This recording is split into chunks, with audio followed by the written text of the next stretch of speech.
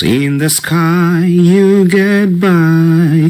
If you smile through your fear and sorrow, smile and maybe tomorrow you find that life is still worthwhile.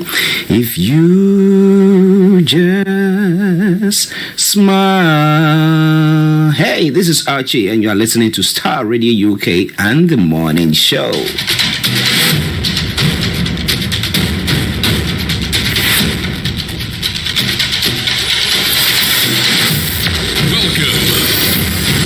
This is STARR Radio UK. This is STARR Radio UK. Welcome.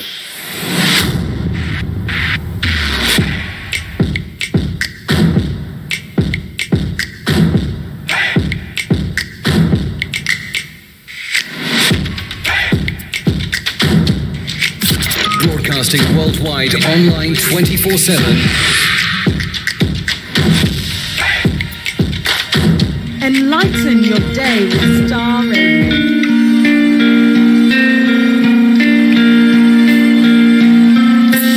Love for you runs deep. All of you miss.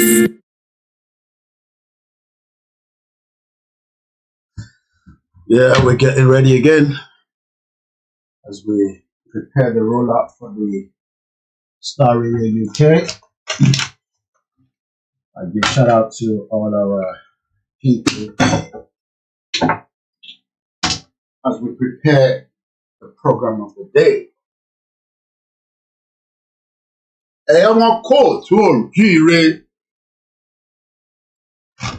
As we say all the time, if you don't break it down, somebody will then have to break it at some point. And that is a reality.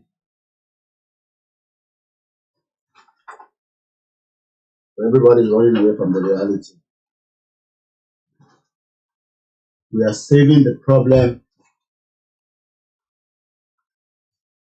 You know, the problem that we are all saving is still going to come and bite us. Problem down suffering.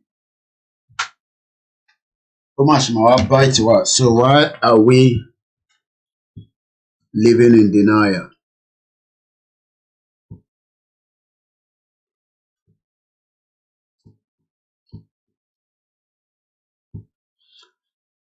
Problem tí à ń sá fún ó ṣì ń bọ̀ wá. Bàbá sá títí fún problem yẹn. The problem is not going anywhere. A kàn sún ọjọ́ yẹn síwájú ni. And that's one thing we need to understand. A kàn sún síwájú.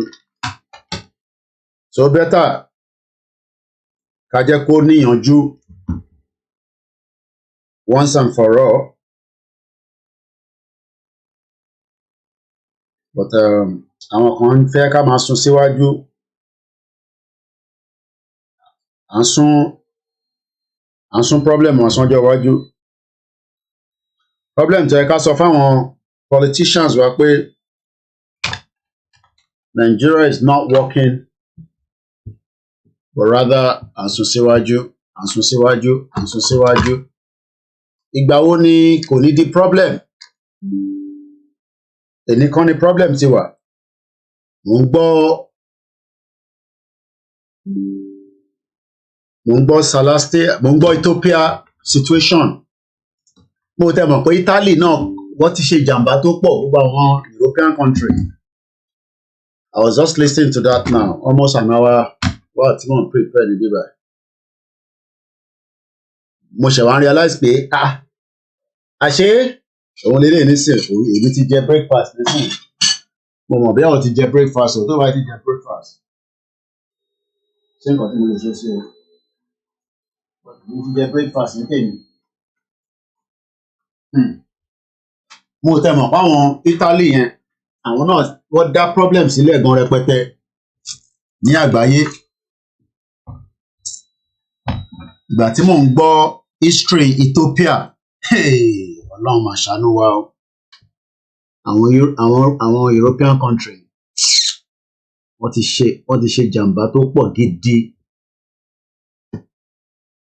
I didn't realize that Ethiopia also had a very, very bad situation pẹ̀lú àwọn Italy.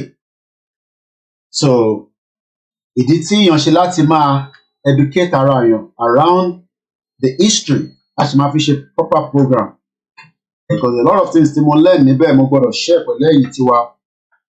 Ethiopia náà ní 80 different ethnic groups làwọn náà ní 80. Celestials nígbà kan kódà kò tẹ̀ lè gbé nínú Ethiopia ó lọ on exile. Ọlọ́run tóbi lọ́ba o. So problem tí face nísìn ní Nàìjíríà kò ń ṣàwa nìkan ní la máa kọ́kọ́ face problem yẹn. Problem ti wà tipẹ́ àtayédáyé ni problem ti wà. But nítorí pé a máa avoid the problem ẹ má ẹ̀ka tí ẹ jẹ́ ká máa ṣe báyìí ẹ jẹ́ ká ṣe báyìí ẹ jẹ́ ká ṣe báyìí. Eventually the problem continue to grow and problem yẹn ló wá sort out. Ìyẹn la ṣe ń sọ fáwọn èèyàn wa pé problem tá à ń sá fún ní Nàìjíríà problem yẹn ò lè kúrò níbẹ̀ because gbogbo akọ̀ máa marginalize ara wa. Yorùbá débẹ̀ nísìn a marginalize Igbo díẹ̀. Igbo kẹ̀rin lẹ̀ fẹ́ kó débẹ̀ gbogbo akẹ̀rin là fẹ́ràn Igbo yìí. A fẹ́ràn ara wa a kàn live in denial. A dẹ̀ ń sọ fúnra wa pé kíní yóò lè máa continue báyìí wọ́n ní ká shut up. Ẹ jẹ́ ká renegotiate ẹ jẹ́ ká jókòó sórí round table kí kíní ó lè níyanjú. Ọ̀fẹ́ kó níyanjú olúkálukú ń parọ́. Ẹ má bínú pé àwọn tí Instagram ni mo fi sókè. I'm just getting myself ready for the STARR review. So à ń parọ́ fúnra wa and live a fake life. Mo kí ẹ káàsán everybody bẹ́ẹ̀. Problem tá à ń sá fún lẹ́nu tí gbogbo wa ń sá fún ó sì ń padà bọ̀ láti wá bite wa. So kí là àkókò yanjú problem yẹn ká sọ fáwọn representative wa pé problem tá à ń sá fún yìí a lè sá fún díẹ̀ ni o but in the long run the problem is not going anywhere. Problem yẹn ò kúrò níbi tó wà. Bóun wà ká sá bóun wà ká má sá problem yẹn ò lè kúrò. Forever ni problem Nàìjíríà. Nígbà tí Ethiopia need the assistance àwọn West nígbà tó ń jagun a sì máa ṣe program lé lórí properly so that màá lè mo ṣe gbọ́ YouTube video yẹn tán ni ẹ̀rọ pé mi kọ́ mo ní YouTube video so màá play YouTube video yẹn fún wa later but for now ní time púpọ̀ mọ́ so a ní láti prepare fún STARR Radio. YouTube video yẹn tí mo wò yẹn ó fún mi ní background history about Ethiopia a little bit.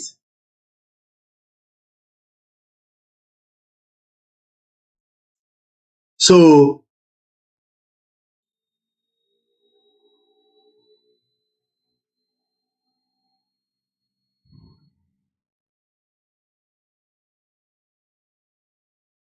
but at the end of the day everyone is looking for miracles.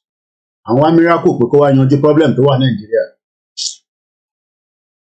Ẹ lọ gbọ́ history Ethiopia ẹ rí i pé we are not the only one going through what we are going through right now. But unfortunately, until our people get to know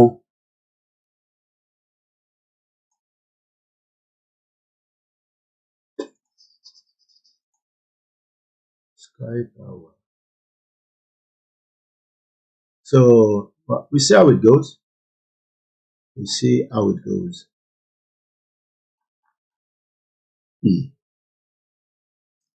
A sọ fún ara wa pé in reality this thing is not working but àwọn kan ló máa work.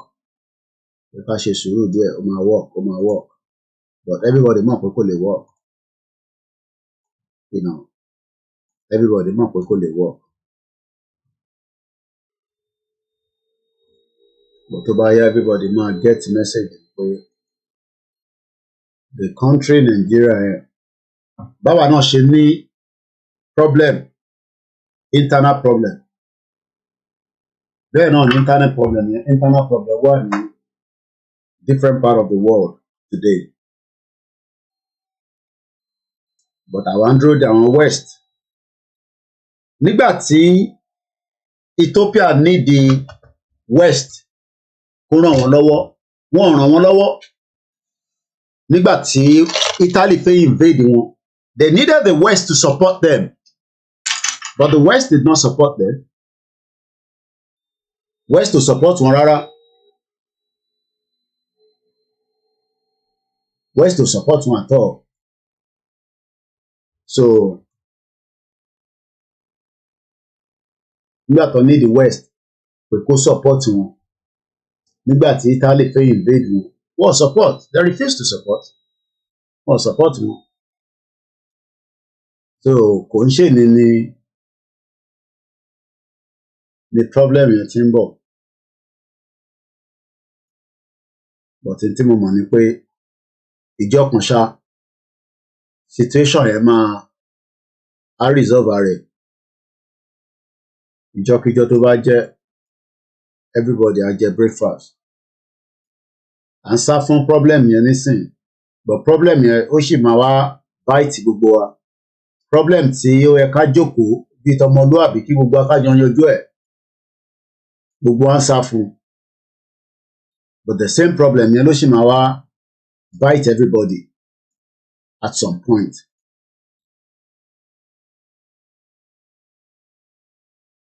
so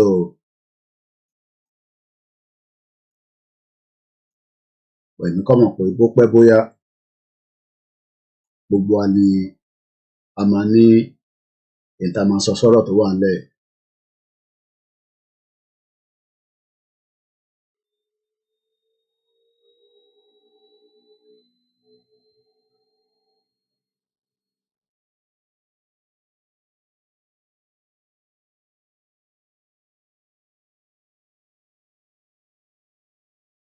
everybody ló máa ní understanding yẹn ó kù díẹ̀ understanding tá à ń sá fún yẹn a máa ní because everybody mọ̀ pé the problem is just a kàn sweep ẹ̀ sábẹ́ carpet ni gbogbo à ń deceive ara wa à sweep ẹ̀ sábẹ́ carpet.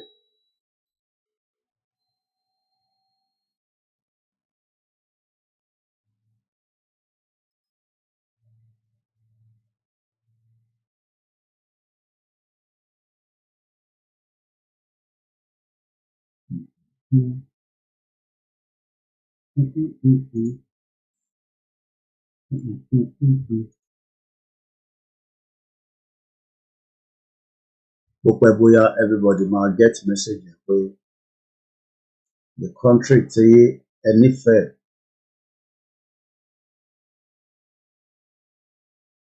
confusion state ló wà Nigeria is in a confusion situation but everybody is living in denial à ń parọ́ fúnra wa kò máa work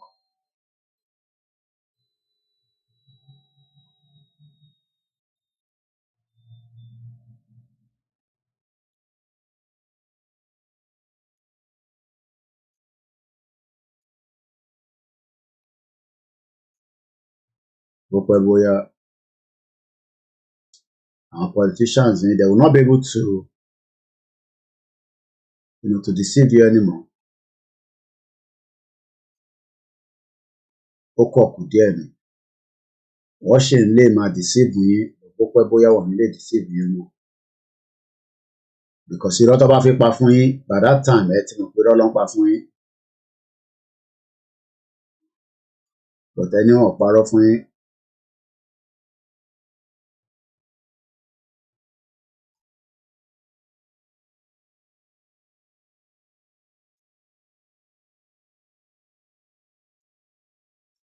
so kọ́lọ́n kó fún gbogbo alẹ́ mi gbogbo àtàlàfíà ẹnu ẹ̀ ní gbogbo àjọ wà ẹnu ẹ̀ ní everybody wà àtẹ̀mí àtẹ̀yìn àti àwọn tí wọ́n sọ pé kò necessary pé kí a kúrò nínú Nàìjíríà.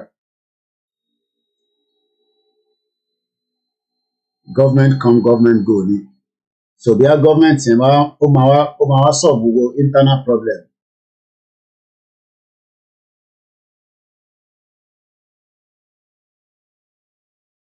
Everybody will understand it in the long run.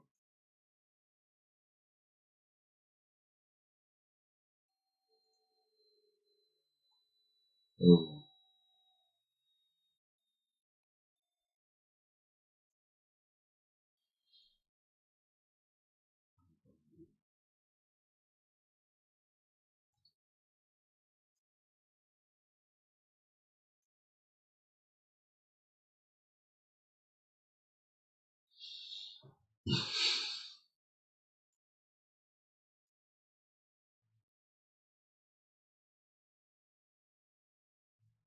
So let's switch from there now.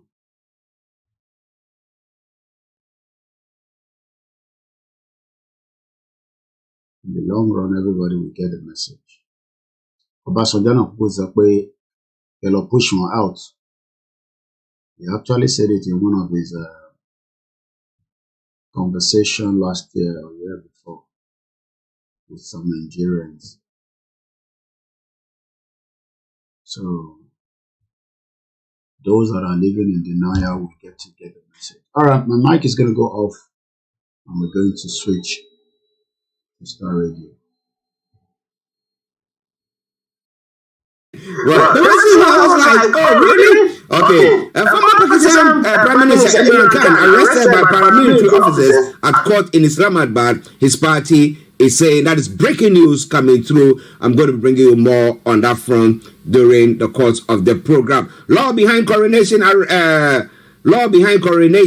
Arrest two broad. That's what a Tory MP is saying. Well, they decided to hang down the people before they cause any troubles. But, well, Israel kills top Gaza militants in waves of attacks. The country braces for retaliation as a surprise airstrikes kill 3 militants and 10 civilians.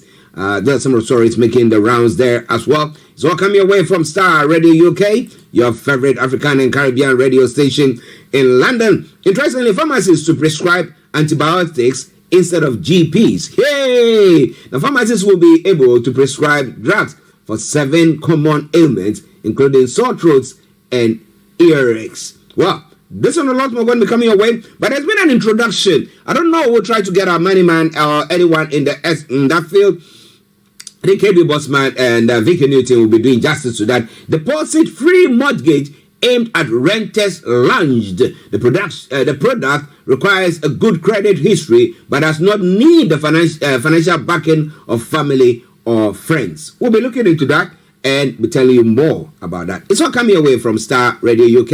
It is your favorite African and Caribbean radio station in London. Stay tuned and don't you go away. Enjoy this music whilst I get Mr. OLAYOMI Koiki geared up to come in. Everlasting to Everlasting by Chudera Gospel. Pastor Chudera Bwajansa, good morning to you and to the family.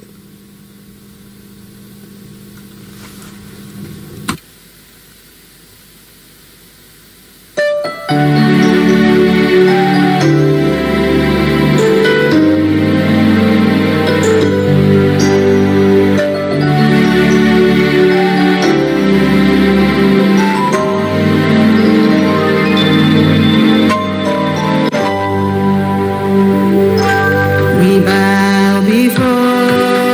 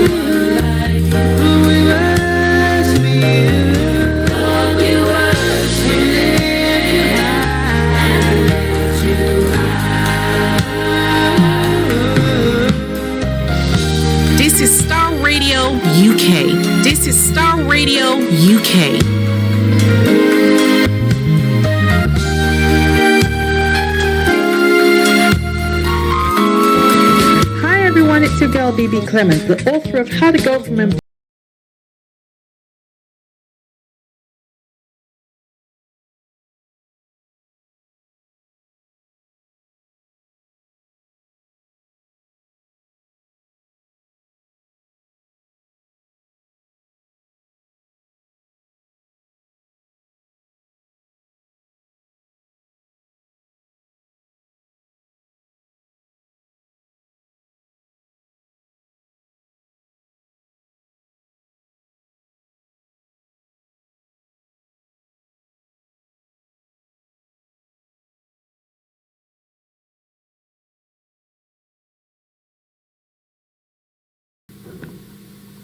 Everywhere you go, Afrobeat reggae dancer taking over. Everywhere you go, Afrobeat reggae dancer taking over. Yo, what's up, people? This is a boy Raskin Bobo One. Tune in every day, every night at the Star Radio UK with the big man them Archie. When I say Orta, you say fire. Welcome back to the program Star Radio UK, your favorite African and Caribbean radio station in London, bringing the time now to 7 minutes past the top of the hour. And it is the edition of the morning show. And you know, at this juncture, we'll be having the one and only Mr. OLAYOMI Koiki, the White Lion, in the house as well, in our North London studios. And he's already there, ready to fire on all cylinders. And let me say, Yomi, good morning to you. Yeah, a very good morning to you back in the studio, Mr. Archie. Good morning, Frank. Good morning to everyone that has also joined us. And welcome once again after the long weekend break, and likewise, you know, so many other activities. It's good to be back. It is the Tuesday edition, 7 minutes past, like you say. Same time with Nigeria, because you know, the British timing is sometimes a little bit confusing. But since you know, the British colonized Nigeria, we tend to be working on almost same time, apart from during the winter when we are 1 hour ahead of them. Well, it's nice to see you once again. And we heard that you had a very nice weekend with the coronation and everything.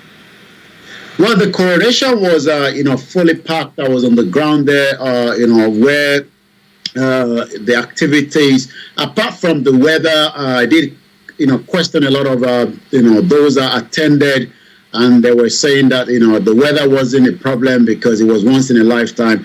I believe not. A lot of people would not have witnessed such if not the death of the late Queen Elizabeth that took place last year. She was on the throne for a very long time. She was actually, the queen in the 1950s. So it's almost a very, very long time that we've seen this kind of coronation. But as we do know, the British have done so much other events that have been projected to the international community. When we talk about, the different weddings, like the wedding of Diana herself, was one of the most watched around the world. But I believe about 20 million people were watching these from different parts of the world. But one thing is, the atmosphere was fully packed. The security, the choreography, the timing, and it seems everything according to what, a lot of people were looking up to actually happened. But the question is, can we put this in practice in African countries, in Nigeria, where event can start with so much timing and then everybody can still go back home without minimal disruption? And I did say I was on the ground for a very, very long period of time, and you could still tell that the whole of London was not completely shut down.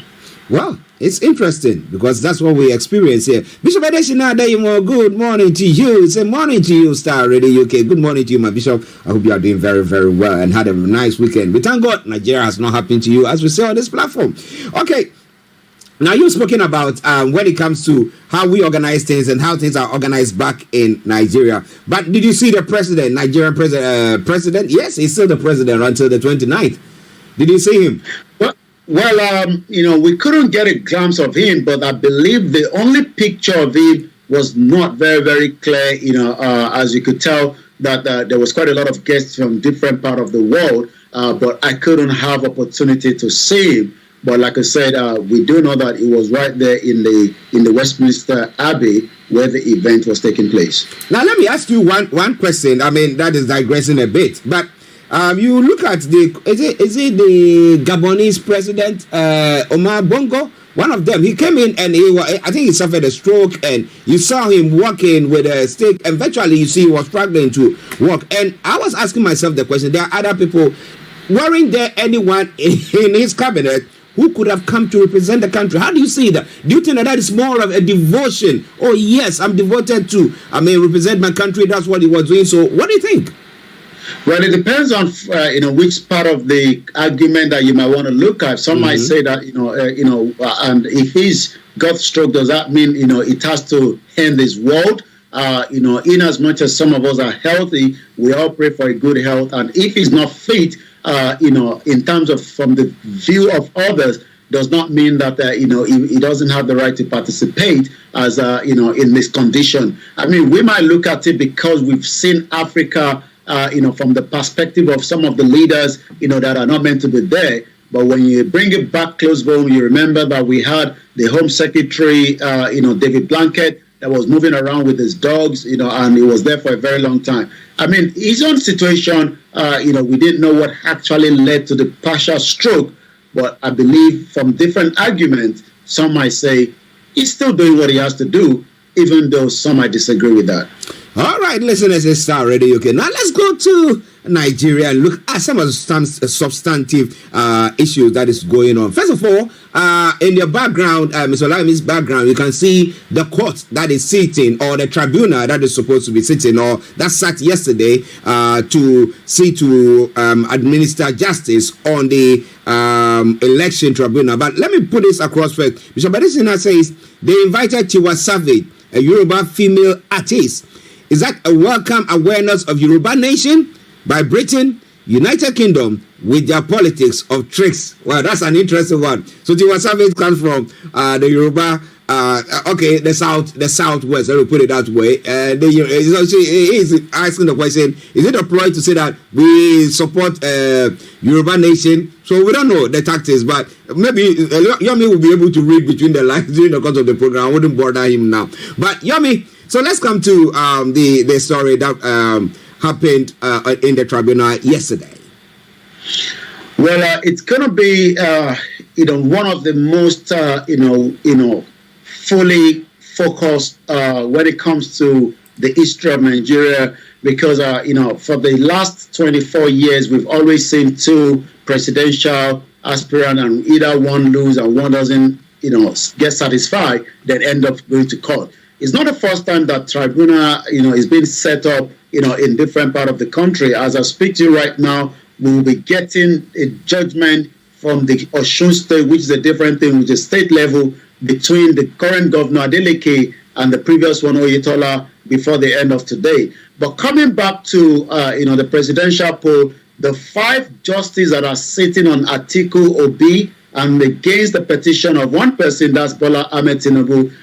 To the right hand, to the left hand side is Justice Bello, Justice Ugo, Justice Bolaji Yusuf, Justice Ada, and Justice Tassamani. These are the 5 justices that will be looking into these hearings. Yesterday we saw Peter Obi there. We didn't see Tinubu there, neither did we see Atiku. But according to the presidential election petition that began yesterday, hearing the petition filed by 5 candidates in the last presidential poll. So it's not just about the Labour Party or PDP. We also have other presidential aspirants that have also filed these petition against Bola Tinubu. The candidates are challenging one thing and one thing alone: the victory of the president-elect Bola Tinubu. But the 5-man panel will hear the petitions and dispense justice accordingly, meet the 5 Court of Appeal justice that will determine the outcome of the petition. Haruna Tusami is 64 years old, was appointed a Justice of Appeal Court in 2010. He actually received his degree in the Nigerian Law School in 1983. He was appointed the High Court judge in Bauchi State on September 17, 1998. Tasma is not new to electoral tribunal sitting. He's actually, in December 2015, he was part of the 5-man panel of appeal court, which actually dismissed an appeal instituted by the former governor of Oyo State, Rashid Ladoja, against the election of the late former governor, Biola Ajimobi. So some of these, judges are not new, to this kind of situation. But Nigerians' expectation is quite high. Let's talk about one of the more of the justices there, Justice Stephen Johan Ada. And just to give you, Justice Stephen Ada is the 1 to the 4th, when you count it from the left-hand side of my screen, for those that are watching us, back home. Justice Stephen Johan Ada, also 66 years old justice from Asaba Division Court of Appeal. He actually graduated as well in 1982.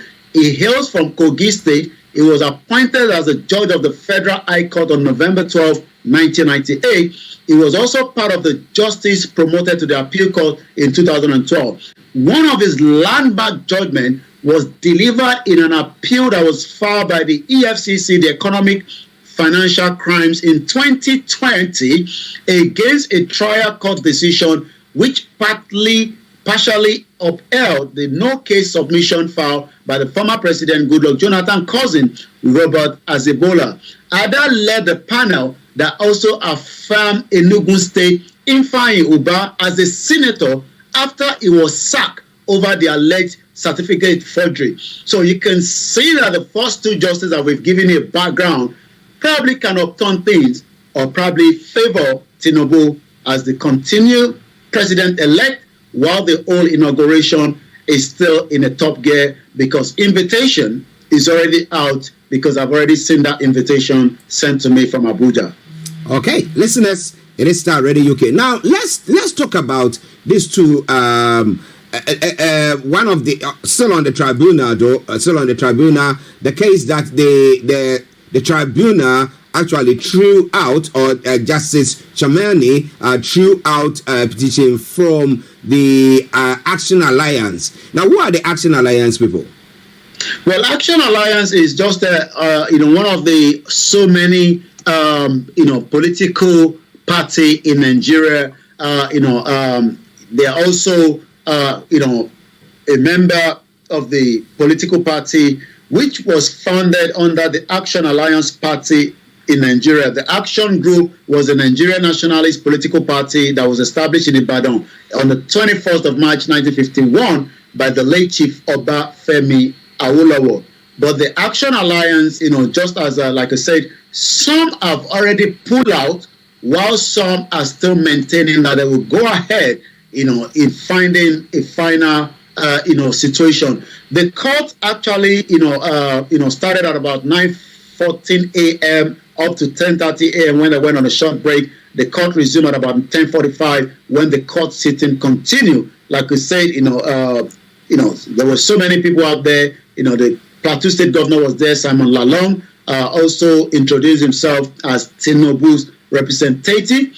The AAC National Chairman Adekunle Omaje, which is announced appearance in the court as well at about 10:47. Action Alliance petition was called at about 10:46 a.m. So it's going to take a lot, as much as we want the result out quickly, but it's not going to happen anytime soon.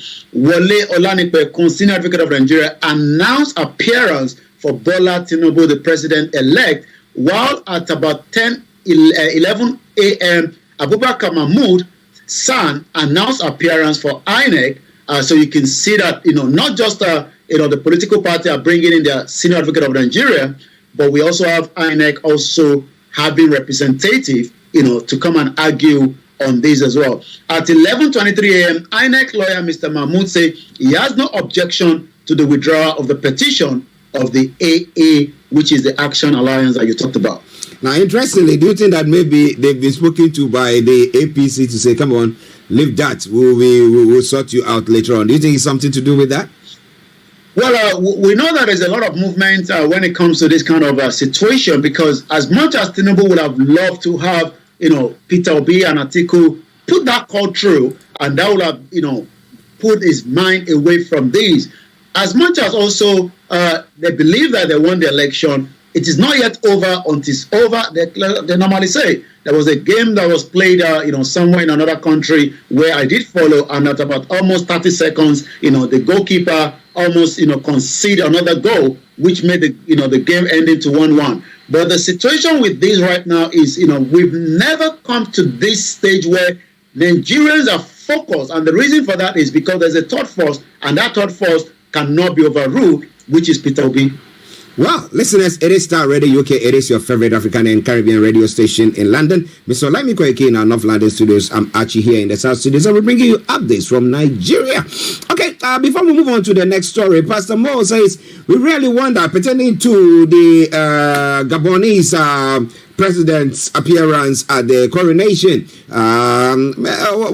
who should have been resting in his home. He says, we really wonder the mentality of Africans. He should have sent someone in his cabinet, really. That's what he should have done. But well, he decided, well, I'm strong and able. Decided to come and show himself. So maybe he's being patriotic. What do you think about all that? Well, lots more. Feel free, post your comments, and we'll be bringing you more on that front. But let's go to Yomi for some of the other stories making the rounds. So what has been Peter Obi and Atiku's appearance? We know that it was Peter Obi who appeared in the courts yesterday. But what has been Atiku's comes remarks or anything of the sort with what is going on? Are they some sort of satisfied with what is going on at the moment? The compilation of the judges, because at times you look at the compilation and say that who have they actually put together to see to this case, and at times that actually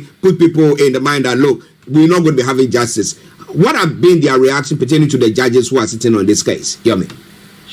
Well, Peter Obi has always said that he's not going to do anything contradictory to any other, and that's why there hasn't been any kind of protest from his side. We saw Atiku went out quickly, had a protest in front of the INEC. Peter Obi hasn't done anything of such. He believed that the court would do the needful with all the evidence that they have.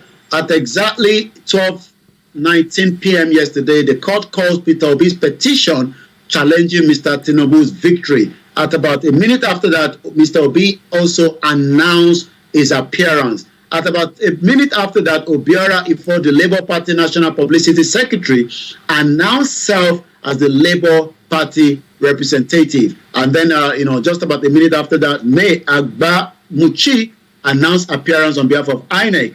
At 23 minutes past 12, Simon Lalong, the Plateau State Governor, announced appearance for APC. Is Tinubu going to appear? We don't know yet, but what we do know that he has a representative that was appearing. But at 12:24 p.m., the Labour Party lawyer Levi Uzuku announced appearance. But what we're going to find out is tomorrow, Wednesday, the court has adjourned Peter Obi's petition until tomorrow, where we'll be able to discuss further on that as well. Well, I know that information coming through says that Tinubu is to embark on another foreign trip. That's what his aides have revealed, and that is about 29 minutes ago, information that came through. That means that there's a tendency that he will not appear in the courts at all. Well, I believe Tinubu, might probably be avoiding any kind of a court appearance. He will probably want to leave that, to some of his aides, out there. I mean, if he's going to be traveling out, like you said, I've not picked that news, but from what you are saying, it seems definitely, maybe not for any reason, where he has to go is more important, and he will not be appearing since he has, a lot of representatives and the legal team that could do that on his behalf. But like I said, we look forward to, how the end of this is going to happen. Remember that today is the 9th day of May.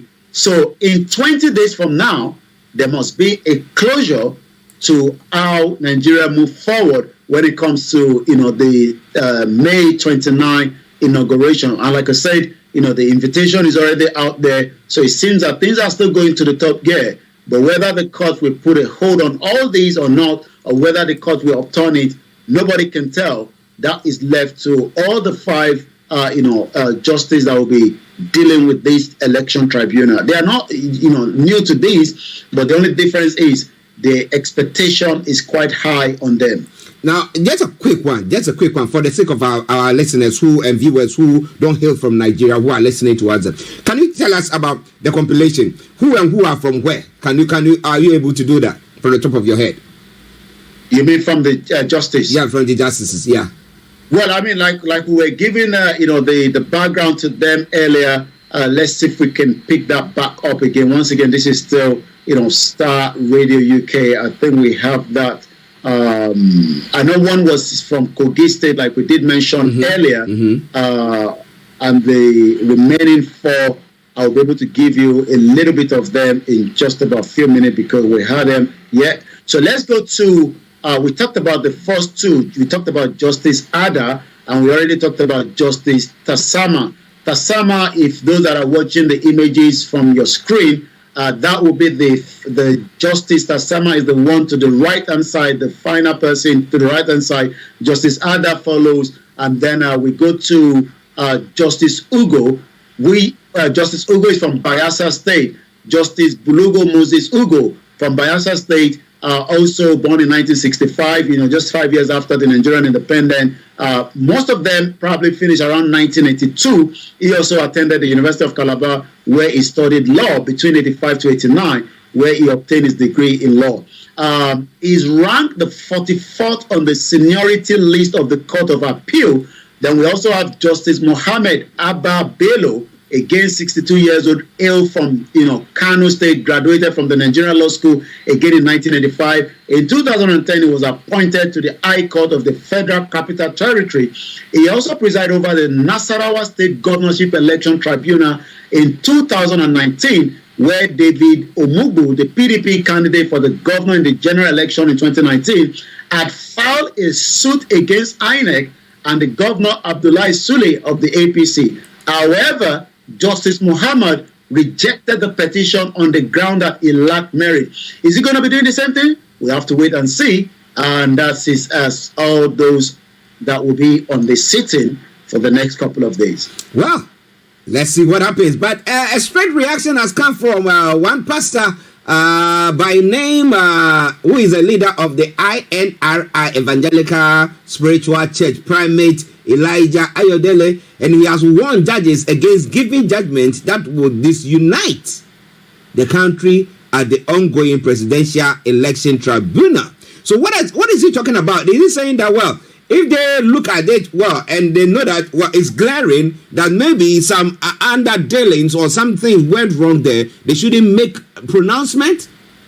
Is that what he's trying to do? Primate Ayodele is just as so many of the different, clerics that we have in Nigeria. And I'm just looking at some of the headlines that have come out from him in the past and recently. Let's go back to April 2023, 7th of April. The leader of the INRL Evangelical Spiritual Church, like you said, Primate Elijah Ayodele, on Friday revealed the state where some of the governors, Ayodele named state where elected governors will be sacked.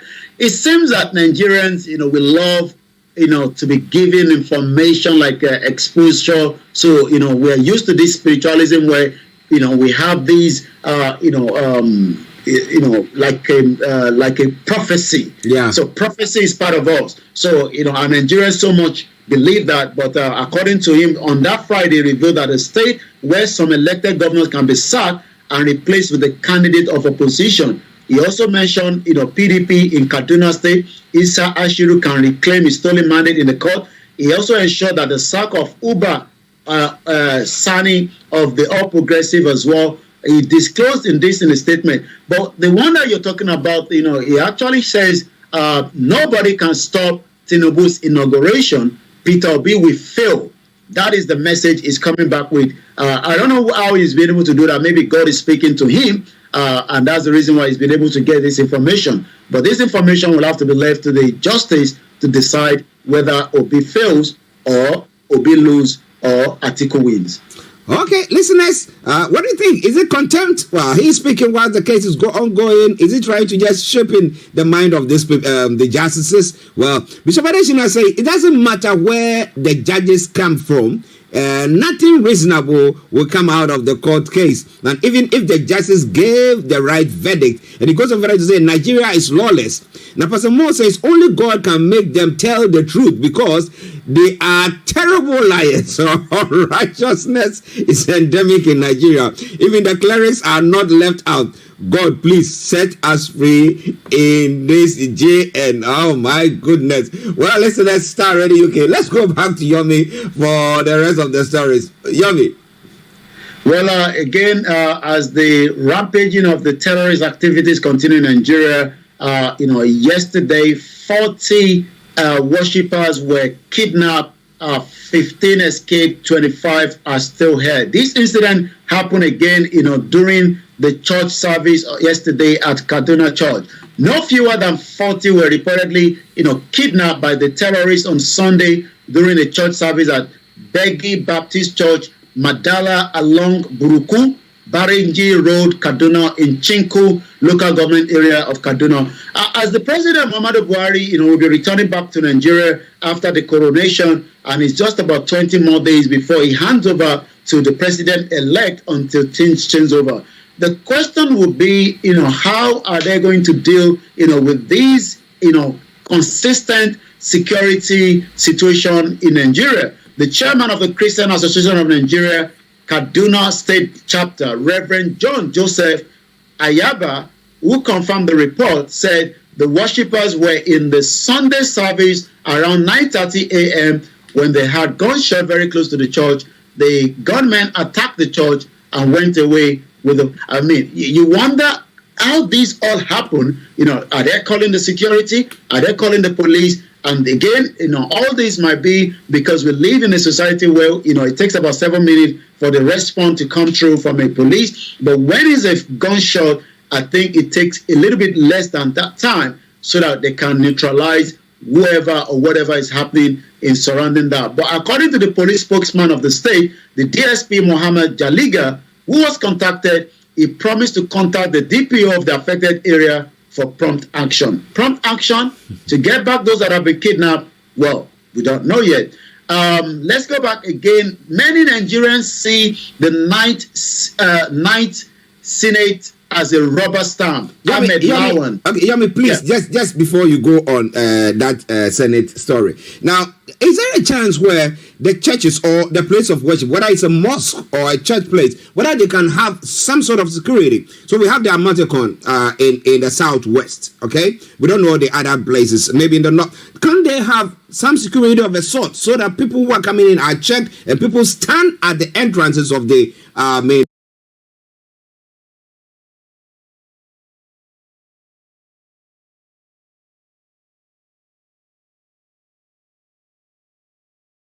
Every one of us must rise up.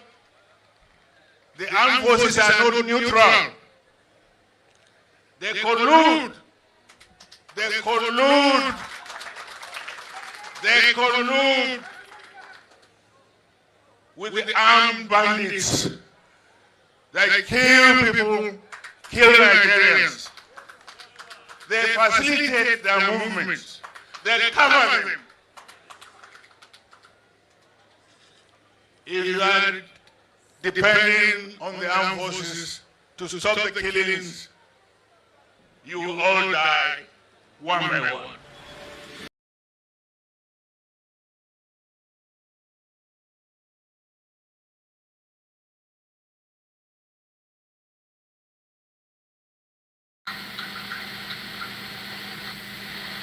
If you are depending on the armed forces to stop the killings, you will all die one by one. So that literally means that, if we don't want to die one by one, we need to have our own kind of security system. And that was why, the situation of the Amotekun came up and some other security outfit. But in terms of private security can apply for, firearms to defend the church.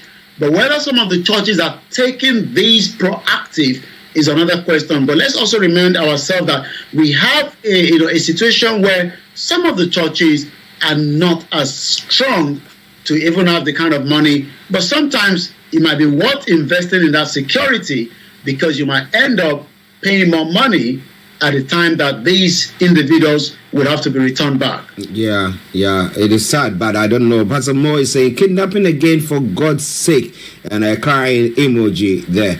Those of you watching us on the other platforms, feel free if you have any comments to post across. We'll make sure that we'll read them as well.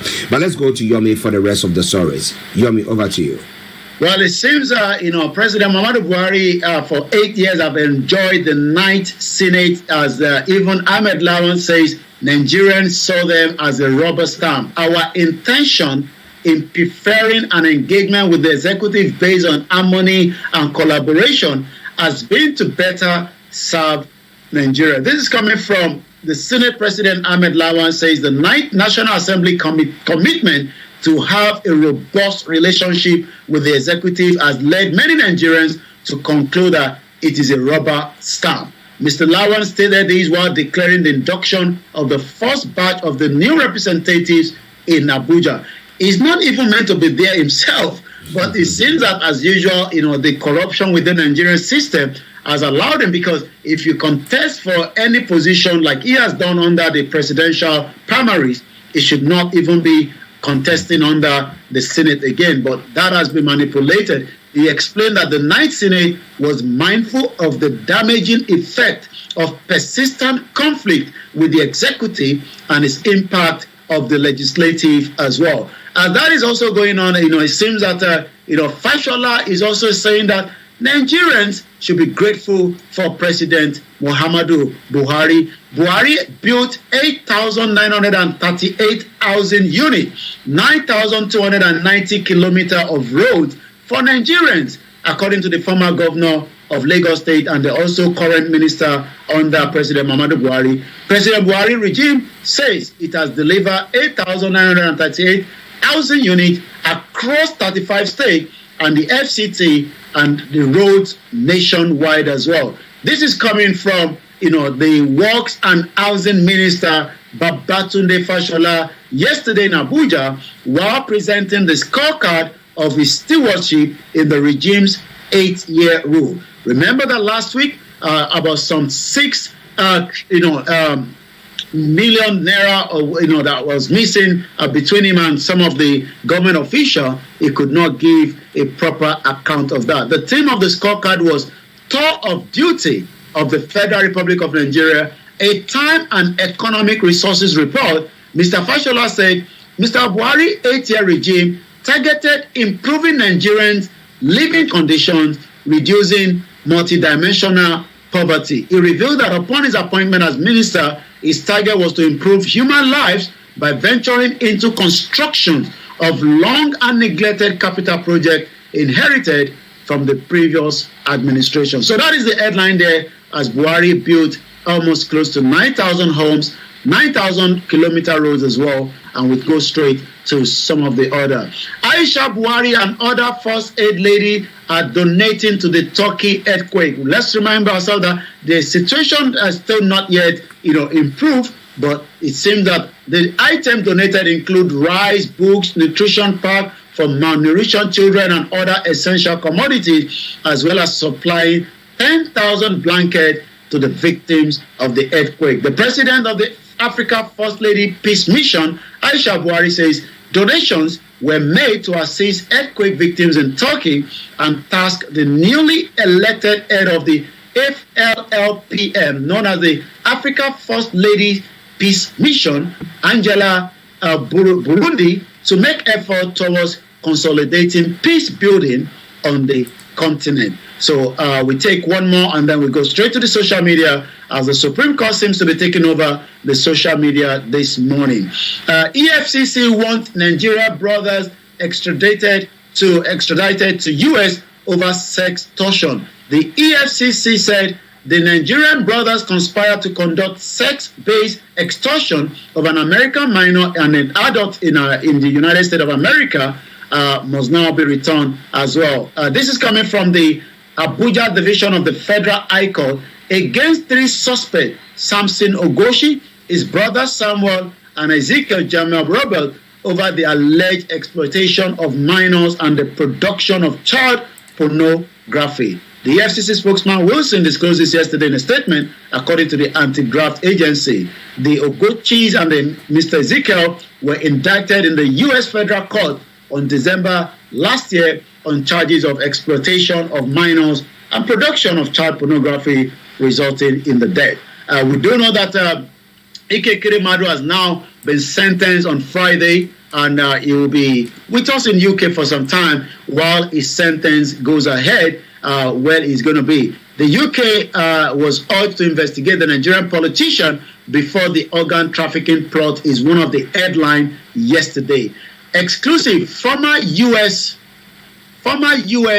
intelligence analyst says he has warned authorities about activities of Ike Ikerimadu, according to the new report that is coming through, from these, one of the papers here in UK. This is not in Nigeria. So from what we do know, a former U.S. intelligence analyst warned the UK National Crime Agency, NCA, to investigate the activities of a senior Nigerian politician before he trafficked a man to London in an attempt to harvest his kidney, according to the Guardian can reveal. On Friday, Ike Kiremadu was sentenced to more than 9 years in the prison for being the driving force in a plot to harvest a kidney for his sick daughter in the first organ trafficking conviction under the modern slave trade. Matthew Page, a Nigerian expert at the U.S. State Department Bureau of Intelligence and Research from 2012 to 2016, and now the Associate Fellow at the Chatham House think tank, said the plot could have been foiled if the UK authorities had acted on his warning about Ike Kiremadu and a dossier of material about his activities in the UK. But as you know, sometimes the UK government probably just, ignore or probably not interested in some of this situation, but we do know that that is a big, big situation. There's another story that is breaking about the son of Bola Tinubu, Sheyi Tinubu, about a property link with him here in UK. Let's listen to this coming from the Bloomberg that reported the news last week, Tuesday. Nigeria, Africa's most populous country and the continent's largest economy. And on May 29th, a new president will take over. He is the 71-year-old Bola Tinubu. He has been active in Nigerian politics for decades, and he played a key role in bringing the ruling party to power 8 years ago. New documents reported by Bloomberg for the first time show that in late 2017, Tinubu's son acquired a mansion in North London for nearly $11 million. This wasn't any old mansion. When Tinubu's son acquired the property out of foreclosure, the current administration, led by Tinubu's political ally, President Muhammadu Buhari, was trying to confiscate it. The authorities alleged that the previous owner, who maintains his innocence, had acquired it with the proceeds of crime, a $1.6 billion oil trading fraud against the state, in one of the largest corruption scandals in Nigeria's history. Neither Tinubu nor his son responded to Bloomberg's requests for comment. Well, we had the opportunity myself to visit this particular, mansion that is being discussed. On Saturday is number 32 Groves End Road. Is a massive mansion. But the question is, how did a property that the federal government, has told us that has been confiscated end up to be sold to the son of the incoming president, Bola Tinubu? And as you can see, we were able to capture that, and that is the compound, quite empty, and it seems that nobody seems to be living there. But this property is worth $11 million, sitting right at Groves End Road, which is just about a few minutes to the St. John's Wood station. And like you say, corruption continue in Nigeria. So let's go straight to the social media, where we see that the Supreme Court is currently trending at about almost 188,000 at the moment, and that shows that Nigerians are really looking up to the result that is going to come out from these these petition that is currently going on. We do know also that Osun State election, like we said earlier, we know their fate later on today, and that will probably mean that whether Adeleke, the cousin to Davido, will continue as the governor of Osun State, or the previous governor will be taking over, as we know. These are some of the messages coming, especially from the former Senator Shehu Sani. Whatever is the outcome of the judgment, I am with Adeleke. He won the election, Shehu Sani. The Supreme Court will be delivering the judgment today, as we do know. Also, we do know that NNAMDI KANU will be appearing in the court, according to what we do know, but we hope that, there's going to be a court case. Whether it's going to be appearing, I don't know yet. But what we are getting also is that we visited Onyedu MAZI NNAMDI KANU today, after being the 8th day, which was yesterday, at the DSS headquarters to brief him on the Thursday scheduled hearing of appeal in his matter before the Supreme Court. So on Thursday, there will be a hearing matter on the case of NNAMDI KANU versus the federal government, and we'll be reporting that, hopefully on Friday, if we could not get any of the details by Thursday during the, the morning program. So we're going to be looking forward to that as well. We do know that the president has not made anything mentioning whether NNAMDI KANU, will be given a state pardon or he will be released. But what we know is that the legal team are saying that NNAMDI KANU must be released, because the judge, have actually acquitted him of all the charges. But it seems that President Muhammadu Buhari is still not yet satisfied, even after the kidnap and the rendition of NNAMDI KANU, as we do know. So that is on that. And then let's take more from what is trending on the social media this morning as well. Quite a lot, the petition tribunal seems to be the top mark with the Osun State as well. So all these outcomes we will find out. This week is special, according to Biafra Twitter. This week is special as Nigerians battle at the presidential election petition tribunal for Peter Obi, while the Biafrans battle at the Supreme Court for the unconditional release of MAZI NNAMDI KANU as well. And then the last one that we look up to, which is some of what is trending again this morning, we talked about enough is enough. Likewise, Adeleke is trending. Adeleke is the current governor of Osun State. Peter Obi is trending again at 126,000. Appeal court is trending. That links to the conversation of what is going on in the tribunal. But as we do know, when it comes to the world Nigeria itself, it brings out a lot from the social media at 11:47 as we take just two from Nigeria itself this morning. Dele Farotimi is well known. Dele Farotimi speaking in Washington, D.C., NADECO event on Nigeria election. America should stop aiding criminals who are destroying Nigeria in their country. Dele Farotimi. Remember that the NCA says, they were given enough information about Ike Kerimadu, but they didn't act on that until Ike Kerimadu end up trying to bring, someone for kidney transplant here. Ifa Funsho, 35 years without Chief Obafemi Awolowo, the greatest hero in the modern history of Nigeria and the Yoruba race, may the memories of him continue to be a blessing to the generation. He was part of the Azikiwe, the Saudana, that pushed for the independence of Nigeria after the 1957-1958 discussion here at the Chatham House. Eventually, he died in the 80s. And as a lot of Yoruba still remember that during the regional government, he was able to provide not just free education. Yoruba, in terms of the regional government, then had the first television before France. Development was going at a very, very fast pace. But it seems that today, some of those that acted and telling us they are part of the Awolowo era are providing us with this kind of healthcare center, which I'm sure Awolowo will be asking, how did we get to where we cannot provide the basic things of life for the people? Interesting. That was very true. I remember back in the day, in the 80s, I was a student and I visited Nigeria for about a month. And I really loved it because at that time they had private TV stations and all that. Ghana didn't have that. They had the national TV, the GBC. That's what they had at the time. But well, what have we done after these individuals did all these things? Let me quickly read some of the comments that have come in. Bishop Adeshina, pertaining to the church security or worship place security, said private security is expensive for the local churches. Only big churches and cathedrals can afford the service.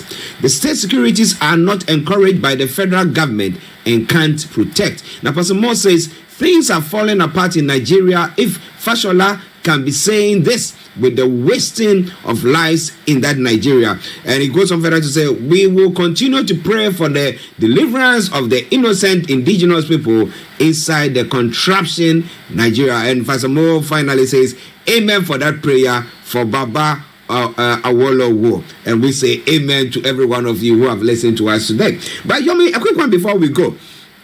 Now, that property that Tinubu's son bought, now, do you have information pertaining to how it was sold? Was it, made public that or auctioned and said that, well, this property is for auction. Any Nigerians who are interested in it, who have got the money, can come out and buy it, or it was just said, my son wants to buy a property, so then backdoor, and then they just give it to him at a knockdown price as well. What do you think?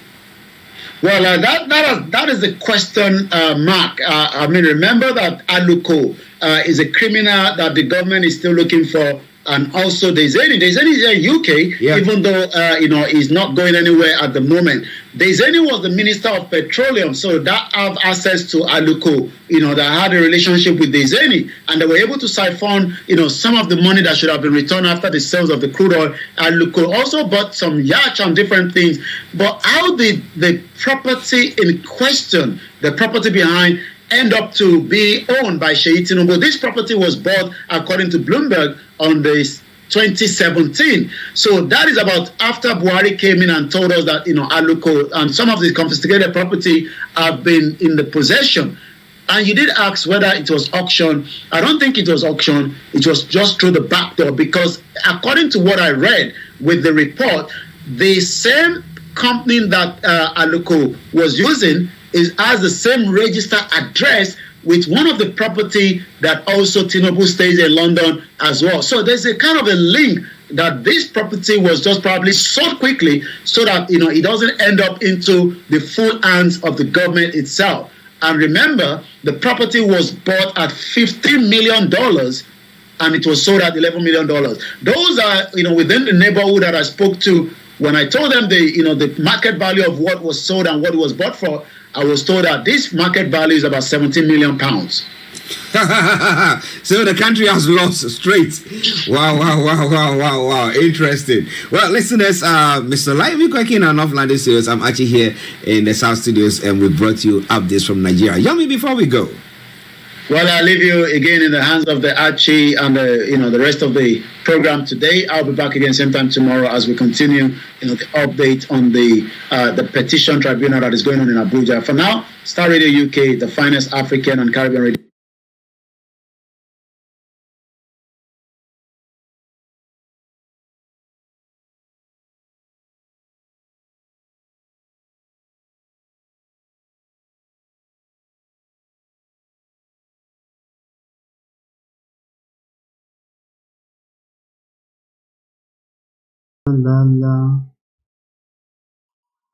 And we welcome you all back as we have a small conversation. I'm meant to be popping out, but it seems the key. I had a parcel that is meant to be collected, and that is now slowing me out in the house. Shout out to those of you on our MixLR and everyone on the Instagram. I'm going to move you away from here because you're actually in my face. So let's get this up. Once again, shout out to those of you on the Twitter and those that are still with us this particular time of the day. People are already at work. So that means that people are working in different capacity. I hope you are working as well in Nigeria. I hope you have a job. I hope you have something that you're doing. Because if you're not working, you're not contributing to the society. So, until you're not contributing to the society, you're probably just waking up every day in Nigeria without contributing anything. And that itself does not help the brain. So I don't know how you all survive where you just wake up every day and then nothing seems to be working, So, but it is what it is. Nigeria has always been like that. There is no hope. The hope in Nigeria continues to fade. But Anto and Leni, we should shut up. There's nothing concern us with that. But that's fine. We can shut up. Moki, Yawa, Esther, Sonke, shout out to those of you who like to get antivirus or your laptop to come pop. Eshe Gbome Adebisi, Naira ti devalue, ó sì máa devalue sí. But ẹ mọ̀ pé àwọn tó wà nílé, they don't want to hear all these things. Bàbá mi Sulaiman, Ọlọ́run bá wa pẹ̀lú yín o, Ọlọ́run foríjì ìyá lálùbáríkà o, gbogbo tó fi sílẹ̀ pátá kò ní bàjẹ́ lójú yín o, Ọlọ́run bá ń dúró tì yín. I know you have been going through a lot after the death of your beautiful mother, Ọlọ́run bá ń fọ̀rọ̀ kẹ́wọn. Ṣàlàfíà lẹ́wà. Ṣé iṣẹ́ ti padà? Ìyàwó Comfort, mo kí ní Paris. Shout out to those of you on the big seller who did tètè jí láàárọ̀ ẹ̀. I woke up at about 4:30 and then we had stop. Mr. Tony Fadairo, breaking news: former Pakistan president has been arrested for corruption. What in Watele now? He has always been somebody in question. Yawa Adiat Odewale Muki, Momiwa Christina Ademola Muki, Adam Baoni Ghana, Che Ghana and Chondun, So Larini Laroy, Muki Momiwa Anike Aremu, Muki and Temilori Instagram. Alex Mamu 142 lo ṣígẹ̀lẹ̀ báyìí ṣé mi náà ni máa lọ jẹrin báyìí kémi náà tẹ̀ ní wéètì díẹ̀ lára. Mo kí ìyàwó mọ́míwá Fatima Mustapha Ọlákíyẹmí Yorùbá Nation no going back, Mr. Ọlọ́runwájú Arówólò. Mo náà rẹ̀ mi kan tó ń jẹ́ Arówólò títí àjọlọ sí foundation tí mo ṣe ní London Metropolitan University. I think she lives in Southeast or somewhere around there. Bishop Adeshina will be on the program with us probably maybe before the end of the week. I feel I discuss nípa postcode Yoruba. Ẹ mọ̀ pé ní ọ̀dọ̀ wa níbí a ní postcode. Ẹ dẹ̀ mọ̀ pé nígbà kan náà postcode wà ní different part of the regional government kó tó di pé wọ́n destroy ẹ̀. So àwọn Bishop Adeshina ẹ̀gbọ́n mi Ṣẹ́gun ọ̀nà ṣé wẹ́dà wà lókè lọ́dọ̀ yín lọ mọ́mí wa mo dúpẹ́ Àdìgún mo kí yín. Ọba ńlá Ọlálẹ́yẹ Paul mo kí yín. Pastor Emmanuel tó gba àdúrà wa gbà. So Bishop Adeshina máa wá sórí show a máa wá discuss lórí postcode, just the postcode alone. Ẹ̀ka sàn bàbá wa Pastor Emmanuel tó gba àdúrà wa gbà agbára Ọlọ́run gbogbo bẹ́ẹ̀ ṣe ń tì lọ́dọ̀ yín náà tí ẹ̀ ń sá gbogbo bẹ́ẹ̀ bá ṣe ń ṣàdúrà fáwọn èèyàn á máa jẹ́ torí pé fake pastor ti pọ̀ jù. Ẹ̀yin church ti yín ò dẹ̀ dàbí àwọn church ńláńlá tí àwọn èèyàn ní fi wá sọ́dọ̀ ti yín. So ọmọ àrítọ́ bá rẹ̀yìn wá ní èrò pọ̀ lábẹ́ àwọn tó wo program yìí. Pẹ̀lú omi ibi tẹ́rò bá pọ̀ sí ló ń lọ. Èrò wá wo ni ibi tẹ́rò bá pọ̀ sí ló máa lọ. The weather is sunny. Ṣé tọ̀dọ̀ mi sunny ṣàbáì? Ẹ jẹ́ n sáré wò. Ẹ̀tẹ̀ ṣe wíńdò kàtẹ́gùn fẹ́ sí mi bẹ́ẹ̀. Àtẹ́gùn ló fẹ́ wọlé ẹ̀gbọ́n mi. Ẹ̀gbọ́n mi Yẹmí Fátókẹ́ wàhálà ìjọ Sátọ̀dẹ̀ tí mo jáde jẹ́lẹ̀ ẹ̀gbọ́n mi tún send owó sí mi pé láti Nàìjíríà ni o ó ní pé kí n fi mu kọ́fì ọlọ́ba wà pẹ̀lú yín. Manchester mo ń bọ̀ láìpẹ́ yìí máa wá pẹ̀lú coach mo busy díẹ̀ pẹ̀lú àwọn ọmọ Oòduà so it's got a lot of work we're doing behind. Àwọn èèyàn mọ̀ pé mi náà ní family life bá ṣeré jàre Miami mo kí ẹ. So kí ni mò ń sọ lọ ẹ ṣé gan ni Pastor Emmanuel bẹ́ẹ̀ ni èmi máa wo chọ́ọ̀chì yìí èrò ń pọ̀ níbẹ̀ chọ́ọ̀chì táwọn èèyàn fẹ́ lọ chọ́ọ̀chì tẹ́lẹ̀ ò pọ̀ táwọn ọmọ tó máa wọ aṣọ dẹ́mdẹ́m èèyàn bá máa gbẹ́mú síta but unfortunately ẹ̀yin dẹ̀ ti sọ̀rọ̀ Nàìjíríà ti pẹ́ kí tó mọ̀ ẹ̀yin lẹ ti sọ pé Nàìjíríà máa break ẹni tó bá mi tí mò ń sọ ẹ jẹ́ n play video wọn kan fún yín kẹrin kò ń ṣe pé torí mò ń rí wọn ká tó mọ́ra làwọn tí ń sọ pé Nàìjíríà ò ṣì gbogbo àwọn pásítọ̀ yẹn lọ́mọ Pastor Adébóyè mọ̀ pé Nàìjíríà ò lè ṣiṣẹ́ wàláì mo nífẹ̀ẹ́ bàbá yẹn gan mo ní láti get antivirus orí laptop mi o come pop up látẹ̀ nǹkan mi ẹ jẹ́ n gbé fídíò Pastor Emmanuel tó gbà kan jáde ẹ̀gbọ́n tó sọ àwọn àti Pastor Adépọ̀jù kí n tó bẹ̀rẹ̀ kémi tó sọ̀rọ̀ Yorùbá nation àwọn yẹn tí ń sọ pé Nàìjíríà ò ṣì Nàìjíríà ẹ̀kọ́ ẹ̀pọ̀ àwọn máa sọ in a way èmi ò ní sọ báwọn ṣe sọ yẹn but àwọn ti sọ from the bí ẹ̀mí ṣe sọ fún wọn ẹ jẹ́ n kọ́kọ́ play ti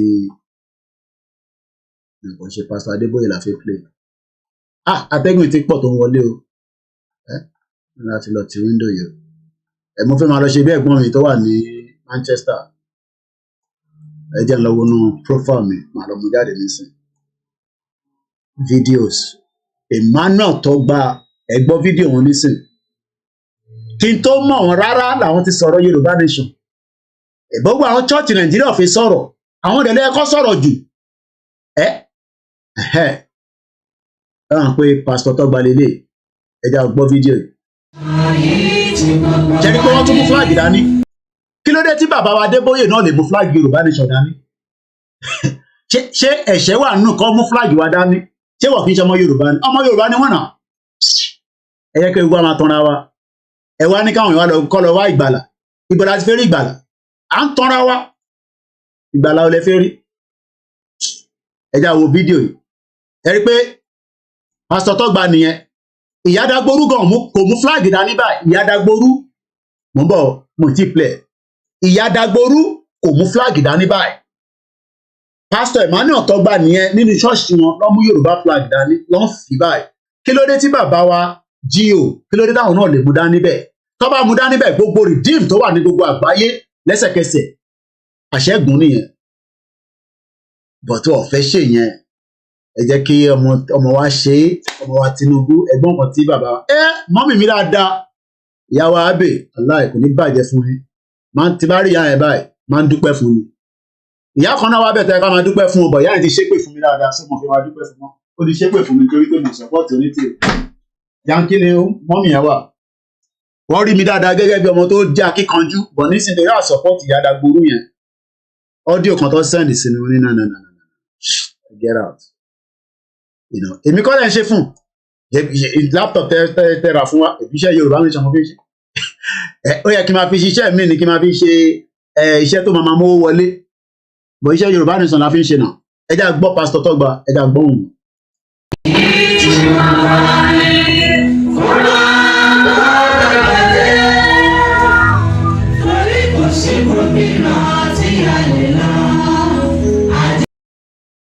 ẹ má bínú pé ẹ imagine kí pásítọ̀ Adébóyè kọ́ fi bẹ́ẹ̀ yẹn kọ́ fi lọ báyìí kọ́ fi padà báyìí wàláì kọ́ má tẹ̀ sọ̀rọ̀ kọ́kọ́ fi flag yẹn lọ báyìí kọ́ fi padà báyìí we are all telling lies irọ́ ti pọ̀ jù ẹgbẹ́ ìjàgbá lọ́jà rí but at the end of the day ẹ wo ìyá Dagboru gan àárí kó fi flag báyìí rí abẹ́rí ìyá Dagboru tó wá dagbo gbogbo ẹ̀rú kò síbi kankan ta tiri tó mú flag dání báyìí tó wave ẹ̀ báyìí.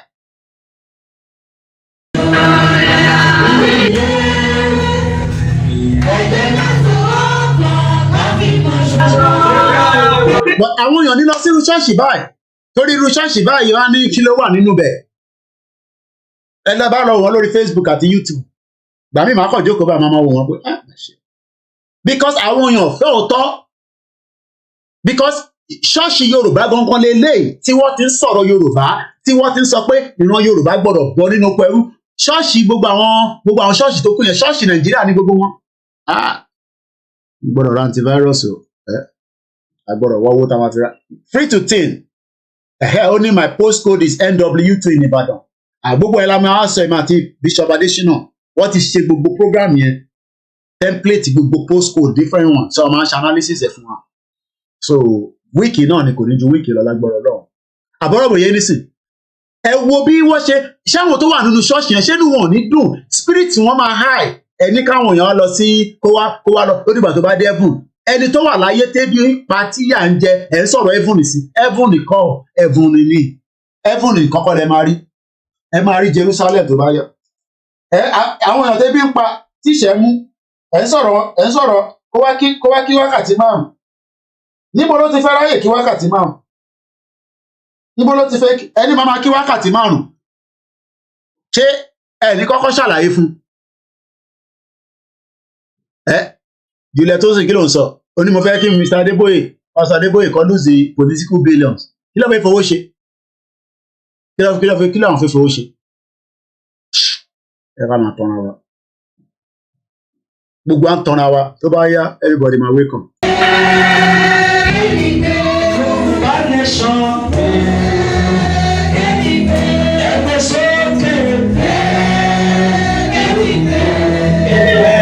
Kódà ó yẹ kí n máa lo fídíò ìléraléra nísìnyí because a sọ pé ìjẹ̀sìn kan la gbé dání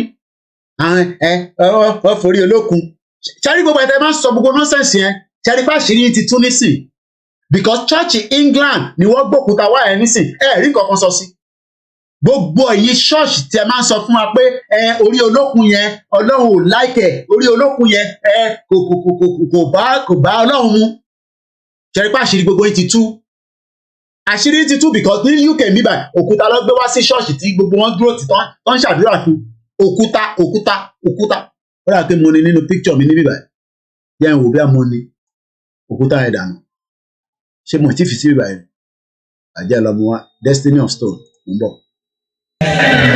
lórúkọ Jésù ohun tá à ń fẹ́ ní òmìnira Yorùbá nation lórúkọ Jésù ọ̀run fìdí ẹ̀ múlẹ̀ lónìí. Alágbára tó ní ìran Yorùbá ò ní kọ́ lórúkọ. Olúwa fẹ̀mí wọn orúkọ. láti Thursday láti pín flag ní orí òkè gbogbo ènìyàn látọ̀dọ̀ Mr. Koiki láti ìlú UK koikimedia flag tẹ́ fi ránṣẹ́ sí wa àti gbà á àdúgbò lọ́wọ́ yín lágbára ọlọ́gbọ̀gbọ̀ alábọ̀dé ilẹ̀ yìí gbogbo wa gẹ́gẹ́ bí ìṣe wa ẹ̀dá máa kà pé Yorùbá nation láì bẹ̀ gọ́ọ̀mì tó parí àwọn òkè ilẹ̀ yìí Yorùbá nation no going back pàtó ọdún fẹsùn. ṣé irú ṣọ́ọ̀ṣì bẹ́yàn òun ẹ lọ ṣé irú ṣọ́ọ̀ṣì Pastor Emmanuel Tọ́gbà yẹn ṣé irú ṣọ́ọ̀ṣì yẹn òun ẹ lọ ṣọ́ọ̀ṣì tó máa lọ láàárọ̀ tó máa fi wàásù kún ẹ tí wàá dẹ̀ lọ tán wàá máa lọ síbi iṣẹ́ kí ló fẹ́ máa jókòó sínú ṣọ́ọ̀ṣì fún títí dalẹ́ wẹ́wẹ́ wàá lọ síbi iṣẹ́ bóyá lọ síbi iṣẹ́ máa lọ síbi iṣẹ́ tó bá dẹ̀ ti wá pásítọ̀ ní ibi iṣẹ́ mi ẹ̀yìn kankan ṣẹ́ wàá gbàdúrà fún ẹ ó padà lọ síbi iṣẹ́ àbí kó lọ rìpọ́ọ̀tì fọ́gẹ́ ẹ. àná lọ ṣọ́ọ̀ṣì tí yàn kúrò níbi ṣọ́ọ̀ṣì tó síbi iṣẹ́ òkúta lérè nísìn tí wọ́n sìn oh my god mo ní láti wá solution sí laptop yìí o kó tó di pé ọmọ hijack mọ́ mi lọ́wọ́ fáírọ́ọ̀sì ti fẹ́ wá pọ̀ mọ́. ìyá mi Yétúndé flow mo kí yín Ọkọ̀yà Fọláni Adébóyè will never do that because they are all working for the western country òkúta lẹ́rí tágbẹ́tẹ̀ ìmájì gbogbo àwọn àlùfáà gidi ti ṣọ́ọ̀ṣì níbi UK wọ́n wá jókòó ti òkúta èèyàn lọ kódà ayé tá à ń gbé yìí ó tẹ̀ dá bá ṣe ayé tá à ń gbé yìí òun ló dáa jù òkúta kí ni significant òkúta yẹn full program ni mo ṣe lórí ẹ̀ ó wà lórí YouTube mi.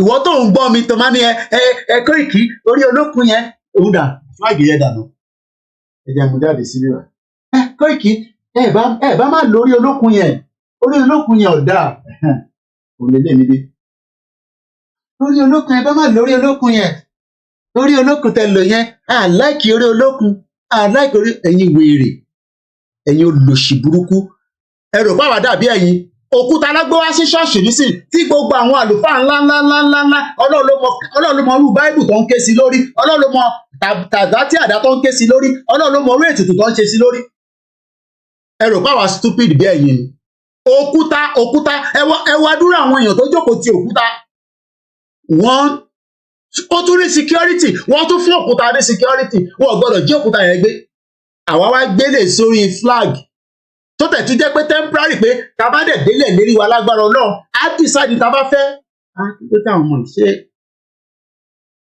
gbọ́dọ̀ fọ kíní yìí o gbọ́dọ̀ má dọ̀tí o ilé ìkẹrì special one dẹ̀ ni kò pọ̀ rárá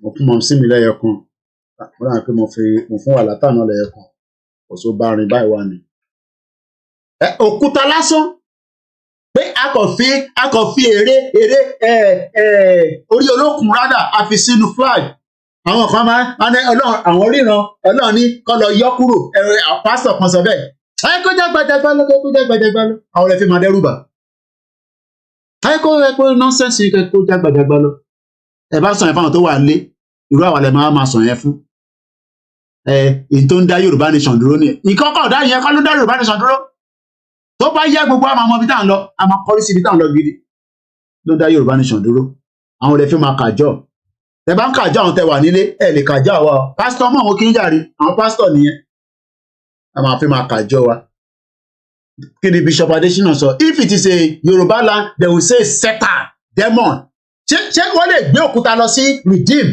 ká lọ máa ṣàdúrà sí ẹ jẹ́ ká fi òtítọ́ sí ibi tó wà òkúta ọ̀rọ̀ yìí ó yẹ ká máa sọ lójoojúmọ́ fún yín ni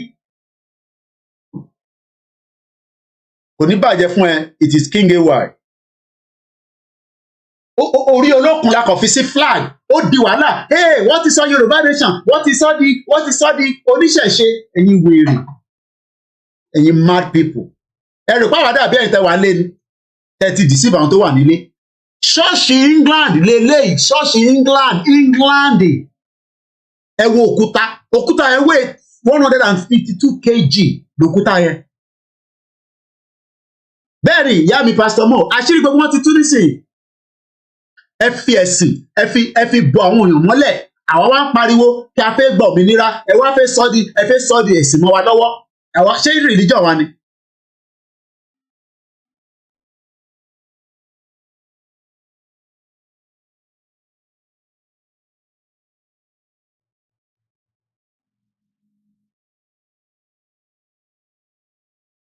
ẹ rò pé àwa stupid táwọn tó wà lé bá stupid àwa ò stupid àwa lè fẹ́ máa kó lómi ọbẹ̀ jẹ ẹ lè kọ́ àwa lómi ọbẹ̀ jẹ o mo kí bàbá wa ṣí tí ọmọ wùn mí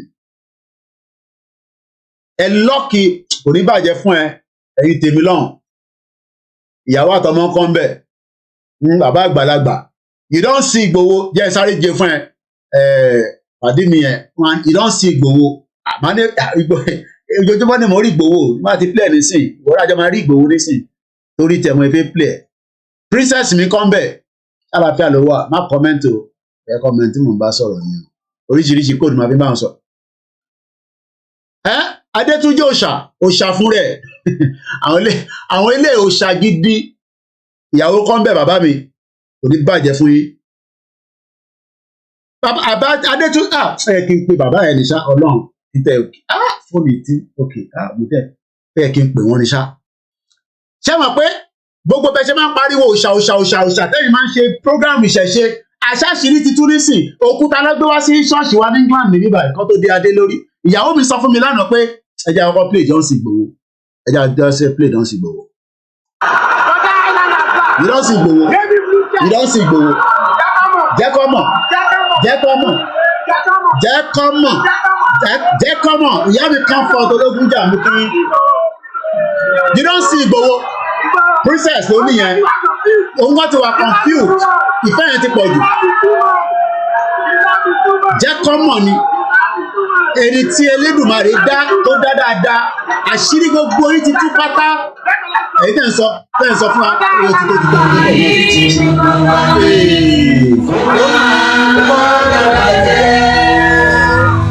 orí kò sí òmíràn tí ìyá rẹ̀ lọ àjò ìdá ilé ẹ̀jẹ̀ ká sọ́kọ̀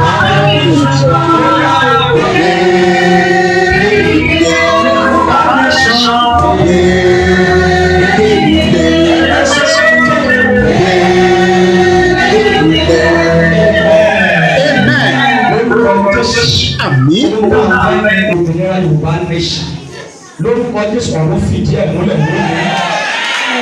Yorùbá lágbára tó ní ìran Yorùbá ò ní kọ́ lórúkọ. Olúwa fẹ̀mí wọn orúkọ. Láti Thursday láti pín fúláàgì ní orí òkè gbogbo ènìyàn látọ̀dọ̀ Mr. Koiki láti ìlú UK koikimedia fúláàgì tẹ́ fi ránṣẹ́ sí wa àti gbà á àdúgbò lọ́wọ́ yín lágbára ọlọ́run gbogbo alájọdé ilẹ̀ yìí gbogbo wa gẹ́gẹ́ bí ìṣe wa ẹ̀dá máa kà pé Yorùbá nation láì bẹ̀rẹ̀ gọ́ọ̀mì tó parí àwọn òkè ilẹ̀ yìí Yorùbá nation no going back. Kí ló ṣe tí àwọn chọ́ọ̀chì tó kù náà lè ṣe bí bàbá ẹ̀ ṣe ṣe? Bẹ́ẹ̀ ni mọ́mí wa àwọn àgbà Anglican ló jókòó ti òkúta ẹ̀. Mọ́mí kí ló ń ẹja aṣojú òpó +40 kí ló ń wò nínú òkúta ẹ̀ náà kí ló ń ṣé wọ́n ń pe gbègègè sí lára ni àbí báwo? Mo charge fóònù ìṣá 15% ká bèsè lẹ́dùnmáre. Ẹ sáré máa lọ charge ẹ̀. Ìjà sáré charge ẹ̀. Ó yẹ kí n jáde nísìnyí mo lè jáde. Osman tó fún wa píkì kankan tí ìjẹ́ fi jáde báyìí. Láì nígbà tí ilẹ̀ bá lè jáde nísìnyí. Ìwọ́n jókòó máa bú Koiki o. À ń sọ òtítọ́ fún ẹ. Èmi ni kò máa bú lójoojúmọ́. Bẹ́ẹ̀ni ni mo bà Nàìjíríà jẹ́. Dẹ́gbà tán pínlẹ̀ Nàìjíríà. Díáwọ́ Nẹ̀mí àti Sunday Igboho àti Bàbá Akíntóyè. Díáwọ́ náà la bà Nàìjíríà jẹ́. Ó kì í mo lè máa chájẹ̀ lára láptọ̀pù nígbà. Bàbá rẹ̀ ló fẹ́ pè wọlé. Ṣé èmi ni mo bà Nàìjíríà jẹ́? Àbí wọ́n ní bàbá mi nígbà tó wà láyé ṣé bàbá mi dàbí MK Abíọ́lá tó bà Nàìjíríà jẹ́? Àwọn àgbà Anglican àwọn lọ́jọ́kọ̀ yìí àwọn àgbààgbà Anglican àbú Kristẹni o àbú Mùsùlùmí níta sọ ni pé àníká value tọ̀dọ̀ tiwa náà ẹ má máa jẹ́ ká rọ́bíṣẹ̀. Mo gbọ́ history Ethiopia ní àárọ̀ ìbí ṣe ń clean nínú ilé tí mo tidy up mo ń húfà mo á gbé kinní yẹn sétí Italy yẹn náà ṣe jàǹbá gan fún Ethiopia o Italy ẹja gbọ́ látẹnu Bishop Adesina hello bàbá. ẹ kú iṣẹ́ Koiki. èmi ni ẹ sà. olórí burúkú gbáà ni ọ̀pọ̀lọpọ̀ àwọn pásítọ̀ ilẹ̀ Nàìjíríà. bẹ́ẹ̀ni ẹ ṣì sọ rárá wàhálà. especially àwọn Yorùbá. ẹ ṣì sọ rárá. tí wọ́n ti pọ̀ jù. in Israel ní temple yẹn tí everybody máa ń lọ. bẹ́ẹ̀ni. àwọn Jewish rabbi during orientation tí a ti gbà lọ́wọ́ wọn rí tó dẹ̀ fi hàn wá nínú Bible tá a rí àti nkàtẹ́lẹ̀ àmọ́ wọ́n tún fi hàn wá rán wa létí. òkúta kan wà ní àárín gọ̀gọ̀gọ̀gọ̀ temple yẹn the ancient Jewish temple tó sì wà bẹ́ẹ̀ tó lọ máa ń wárí fún yẹn. òkúta méjì ni precious stone kò sẹ́ni tó lè àwọn Jew nìkan ló mọ sport bẹ̀ kò sẹ́ni tó lè lọ fọwọ́ kàn. Abrahamu ló gba òkúta yẹn wọ́n dẹ̀ gbé lé ọwọ́ àwọn ọmọ wọn títí tó fi lórí Mósè wọ́n reserve ẹni títọ́ fi kọ́ tẹ́ḿpìlì that temple tó dẹ̀ gbé síbẹ̀ wọ́n fi hàn wá nínú Bible ibi tó ti sọ̀rọ̀ lórí òkúta yẹn and now Moses has them to keep it. Mósè fúnra rẹ̀ tún gba àwọn òkúta ní Ọlọ́run tó kọ ọ̀rọ̀ sí látòrí òkè tí wọ́n sì tún ti bá àwọn alálẹ̀ sọ̀rọ̀ tó tún gbé òkúta wálẹ̀. Abẹ́sẹ̀ lẹ́dùnmáà. Now ní ibi báyìí ẹnu ọgbà ó ní àwọn pásọ̀ míì tó jẹ́ pé àtún lè bá wọn sọ̀rọ̀ because sọ pé àwọn fake pastor làwọn eléyìí àwọn bishop kọ́ máa ń pè wá ní fake bishop or fake pastor. Because we saw what you people are doing is not exactly what is in the Bible. You people are colonized with religion.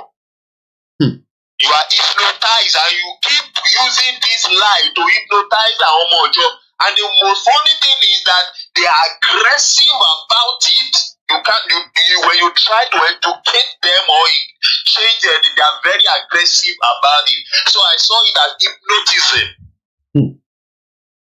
Olórí burúkú gbà làwọn pásítọ̀ wọ̀nyẹn ìmí inú wọn tó bá tún dé ìjọ òtítọ́ tó rí òtítọ́ báyìí you will decided ó máa ní we have to keep the doctrine of our church that shows that you people did not have faith ẹ ò ní ìgbàgbọ́ doctrine lẹ́ ń ṣe. àgbékalẹ̀ èèyàn kan lẹ́ ń follow you ẹ ní ìgbàgbọ́ you don't follow you are all hypnotists using Bible to lie. Ní UK yẹn òkúta tẹ́ ẹ rí yẹn they call it stone of destiny. Òkúta ìṣẹ̀dálẹ̀ tí wọ́n ní ó ní í ṣe pẹ̀lú àwọn baba ńlá wọn. Wọn ò lè jọba láì gbé òkúta yẹn síta. Kábíyèsí lẹ́dùnmáà rẹ̀. Òun náà máa fi ta àṣẹ fún ọba wọn tó jẹ queen àti ẹni tó máa gbé orí adé yẹn òun náà máa fi ta àṣẹ fún kọ́ tó gbókúta yẹn wọlé padà. Òkúta mélòó làwa ní nílẹ̀ Yorùbá tó jẹ́ pé ọmọ Yorùbá máa ní èṣù ni èṣù ló wà bẹ́ẹ̀. Let me keep quiet. Ẹ ṣe gan ni. Ẹ jẹ́ ká gbọ́ láti Andrew Venstoke àwọn tó gbókúta yẹn wá lélẹ̀ ẹ jẹ́ àgbọ̀n tó sọ bíbẹ̀. Stone of Destiny has completed its journey from Edinburgh Castle to Westminster Abbey ahead of the coronation of King Charles. The stone is an ancient symbol of the monarchy historically used in the coronation of Scotland's king. On the streets of Aldershot, 700 members of the military practiced to ensure absolute precision come Coronation Day. For each guardsman, officer and musician, there will be a chance to play a part in history, taking their place in an 8,000-strong procession that will escort the King and Queen from Buckingham Palace to Westminster Abbey and back again. It is a complex operation, but we've been able to really, go into the detail, leave no stone unturned, and issue some really comprehensive orders. And what we're seeing over the next few days is the rehearsal of those orders, and that will all come together in various rehearsals ready for Coronation Day. The climax of the ceremony has arrived. 70 years have passed since the Queen was crowned. On Saturday at Westminster Abbey, ẹ wo bí tí Queen ìjókòó sí náà òkúta wà lábẹ́ o òkúta wà lábẹ́ o mo kàn fẹ́ kẹ́ mọ̀ ní o. On Saturday at Westminster Abbey, it will be her son's turn to take centre stage on an occasion steeped in centuries of tradition. Ẹ wo òkúta tá à ń sọ yìí ló ń ṣe sábìsì Ọlọ́run máa kó sí òru báyìí. It's a good time pa wà láyé torí pé tó bá yẹ pa sí láyé tó wá ń sọ nǹkan báyìí fún yàn ìyàn fẹ́ dispute ẹ̀ wá ṣeré it is King AY +44 74 04 05 917. Mọ́mí wa Comfort Ológúnjà ni we never value our own culture and inheritance. That is why the power in Yoruba land is fading away. Láàrin Lámínà ní yes baba, well done my big brother. Ìyàwó Christina. Sábìsì ni wọ́n ń ṣe fún òkúta súnmọ́ bí kò wá wọn tó ń lọ jàre. Oníbọ̀ ṣe pọ́n òkúta yẹn lé. Òkúta ní security bó ṣe wà yẹn. Wá dúró èèyàn tó ń ṣe sábìsì fún òkúta ní 2023. Mr. Bode Thomas mo kí Abraham Black mo kí lẹ́ǹkan sí i. Ṣé princess ìsàlàáfíà ló wà bébì mi kàn bẹ́ẹ̀ you don see Igboho. It's just sad that we got to where we are. Ẹlòmíì tó bá gbọ́ ìṣẹ̀ṣe báyìí wọ́n máa sá lọ ni. Ẹ wá wo sáfíìsì ẹja wo together wàá ṣeré Ọlákúnlé Prince Ayọ̀ mú kí. And with just 1 week to go, a service was held to mark the arrival of... A service was held. Ẹ rí pé ọ̀rọ̀ tí mo sọ yẹn ó lọ in times. Ó yẹ kíyàn download the video kíyàn tọ́jú ẹ̀ fọjọ́ ọ̀la. Ẹ wo òkúta yẹn bó ṣe rí. Kọ́ tó gbé kúrò ní Edinburgh, wọ́n ṣe ètùtù ẹ̀. Nígbà tó tún gbé dé bíbà, wọ́n tún ṣe ètùtù. Ètùtù ni wọ́n ń ṣe lọ́wọ́lọ́wọ́ bẹ́ẹ̀ bá mọ̀ yìí. Princess Adébímpé grandma wọ́n ní colonization ti da orí àwọn ọpọlọ rú. Bàbá mi John Ogundele ẹ̀yin gbé ní UK dáadáa 20 years lẹ́nu níbi kí Ọlọ́run tó fà yín pé kẹ́ máa. Àwọn ilé tí ń sọ pé Nàìjíríà máa pín bàbá yìí Ọlọ́run ó ń ṣe pé torí mo rí wọn lórí platform. Kí tó mọ̀ pé Nàìjíríà máa pín àwọn tí ń sọ pé Nàìjíríà máa Ọlọ́run ló mọ bí náà ti ń sọ. Bó wọn ní fún wọn láyè tó bá ti sọnù pépà nìkan. But technology tó délédè ló jẹ́ kí ọ̀rọ̀ Yorùbá nation kó tayọ. Àwọn kan nìyẹn ẹ jẹ́ ká jẹ́ kí Tinubu ṣe ná ta ló dìmú tẹ́lẹ̀ àdìmúlẹ́pọ̀n ni ẹlẹ́pọ̀n jíjò drug baron tọ̀lé bàbá tọ̀lé jágàròdì. Ta ló di Tinubu mú? À ń sọ̀rọ̀ pé àní kí ayé wa lè lọ sí tẹ̀síwájú òkúta ni wọ́n ń ṣe sáfìsì fún yìí.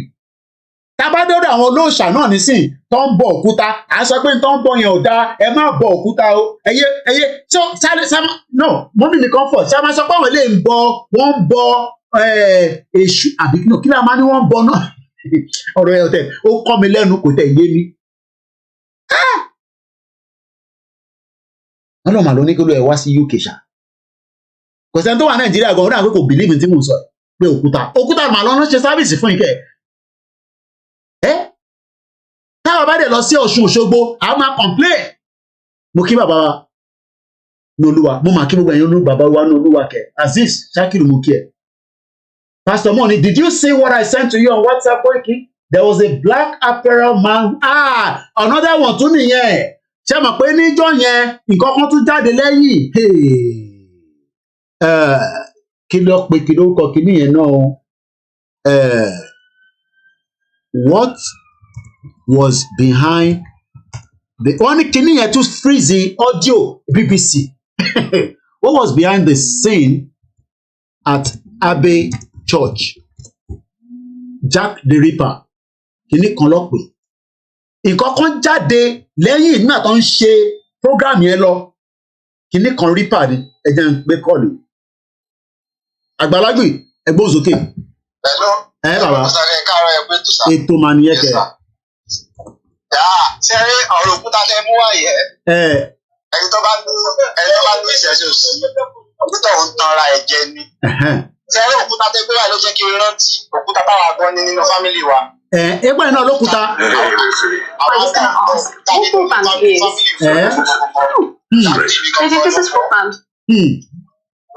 dáàdì mi tí mo dẹ̀ sọ fún yín ìmáàmù ni tó máa ń lídìí rún. imam odidi imam níbẹ̀ tí bàbá ẹ̀ ọdẹ ni family wa Ògúndélé là ń jẹ́ Ògún ní family wa ìdílé Ògún ni mo ti jáde so òkúta yẹn òun làwa máa ń bọ àṣírí Ògún nínú ilé wa àrímọ́lẹ̀ síwájú ilé wa báyìí nígbà òkúta tí mo sọ yẹn Mr. Koiki ẹ̀yin gan lẹ tó wá rán mi torí nígbà tí mi ti kú ọ̀lù sí èmi máa ń fún ọ lówó pé ẹ bá mi bọ Ògún nílé ni òkúta tó bá dẹ̀ fẹ́ bá mi bọ Ògún òkúta ẹni bí Ògún òkúta ẹni tí máa ń bá mi bọ. àyàfi tèmi gan bá fẹ́ ṣe ní tèmi bíbà tí bá fẹ́ bọ Ògún fúnra mi máa ṣe níbi mọ́tò mi máa ṣí bọ́nẹ́tì ẹ̀yìn máa bọ́ níbi iwájú mọ́tò. so gbogbo àwọn tí ò bá mọ nípa kinní tí ò mọ kinní yìí pé kinní yìí wà wọ́n kàn jara wọn síra ó pẹ̀lú tó kó àwọn ẹlòmíì sí wàhálà torí nǹkan ṣẹ̀ṣẹ̀ lé wọn ti gbà gbẹ. ẹ jẹ́ kí n sọ sítórì kan fún yín Mr. Koiki nígbà tí bàbá wa bàbá tó bí dáàdì tèmi nígbà tó kú nǹkan kan wá ń ṣẹlẹ̀ ní ilé wa ẹ pé òun àfẹ́tì fámìlì wa wọ́n wá lọ béèrè sí pé kí ni nǹkan tó ń ṣẹlẹ̀ ní ilé yẹn wọ́n wá sọ wípé òkè kí bá dáàdì wa lọ kó lọ dẹ igbó kó dẹ ẹ mọ̀ bá ṣe máa ń dẹ ògùgbẹ́ yẹn ẹ máa lọ pẹran nígbó yẹn kó lọ kó gba àwọn ọlọ́dẹ jọ wípé bàbá yẹn ó nídìí kan pa ẹran kan lọ dẹ igbó fún pé bàbá yẹn máa ń sọ ọdẹ tẹ́lẹ̀ ní kótó pé bàbá ọdà pé wọn wàá pẹran wọn nídìí láti dẹ igbó fún wọn máa ń pè ní ẹni tó bá ń gbọ́ nǹkan tí mo sọ wọn máa ń pè ní wọn fẹ́ sí ipa wọn máa ń gbé wọn fẹ́ sí ipa ìpa ló máa ń pè so a ní láti sí ipa fún bàbá yẹn nígbà tá a fẹ́ lọ dẹ igbó alákọ̀ọ́kọ́ gbogbo ọdẹ tó wà níbi àdúgbò ní fílẹ̀jì yẹn pátápátá tó wà sọ̀rọ̀ ní fílẹ̀jì yẹn lálọ́ kó jọ kó oríṣiríṣi ìbọn jáde anything so nígbà tá a fẹ́ lọ dẹ igbó alákọ̀ọ́kọ́ a lọ bọ Ògún yẹn òkúta yẹn kékeré báyìí ni o a lọ bọ òkúta yẹn so òkúta yẹn ó lè fọwọ́ kan gbé nígbà tá a lọ bọ òkúta yẹn wọ́n sọ pé a bọ́ wọn da obì wọ́n sì ló gbẹ wọ́n ní ká lọ bàtà máa wọnú gbó yẹn Mr. Koiki ọdẹ tá a kó tó kó bọ̀ dání àwọn ọdẹ tó kó bọ̀ dání wọ́n lé ní 50. bí a ṣe kó ajá kó gbogbo ẹ̀ tá a kó kíní dání Mr. Koiki a pa ẹyẹ wálé. meanwhile àdẹ̀sí oúnjẹ ṣẹ́bìtì fún gbogbo àwọn aráàlú a pa ẹyẹ àtúní láti padà tí ọdẹ bá yìnbọn sí ẹran báyìí ó ti bìlí kó òun pa ẹran yẹn tó bá máa débẹ̀ kò ní rẹ́ran yẹn mọ́. kò ní pa ẹran tó pa yẹn tó bá jẹ́ ọ̀yà ló pa ni bọ́ jẹ́ ẹ̀tù ni bọ́ jẹ́ gàlà ni tó bá débẹ̀ tó bá lọ gbé kò ní tó ń pa yìí kó ń gbé báyìí kò ní bá bẹ̀ mọ́ èyí tó mo wà ìwé tí mo wà bẹ́ẹ̀ ni o.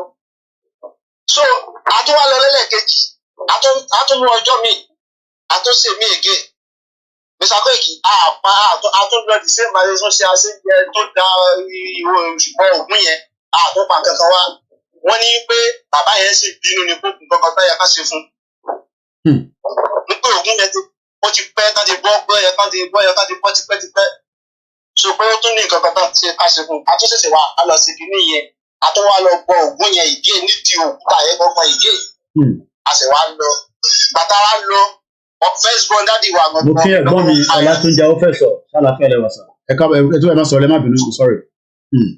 first born dáàdi ya first born wa gangan tó jẹ́ ọkùnrin tóun náà gbé bàdá ní òun ló kọ́kọ́ pa ẹran níjọ́ yẹn. abèsè. ó wá tó di pé gbogbo àwọn ọdẹ yòókù náà wá pa ẹran tá a pa lọ́jọ́ yẹn ní ilé ká ní ẹlẹ́ẹ̀kẹta ni o. ó yé mi.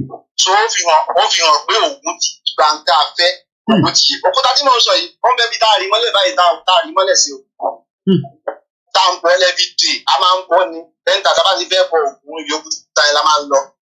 òkúta yẹn dẹ̀ ní bó ṣe wà yẹn kò sẹ́ni tó lè lọ wú mi tó wà yẹn kò sẹ́ni tó lè lọ gbé ẹni tó lè lọ gbé ni ẹni dádì wa náà tí dádì wa jẹ̀ ti kún sí irú àwọn táwọn ògbélé tàbí kò lẹ́gbẹ̀ẹ́. ẹjọ́ wá fa gbùrù lẹ́gbẹ̀lẹ́kì lájà.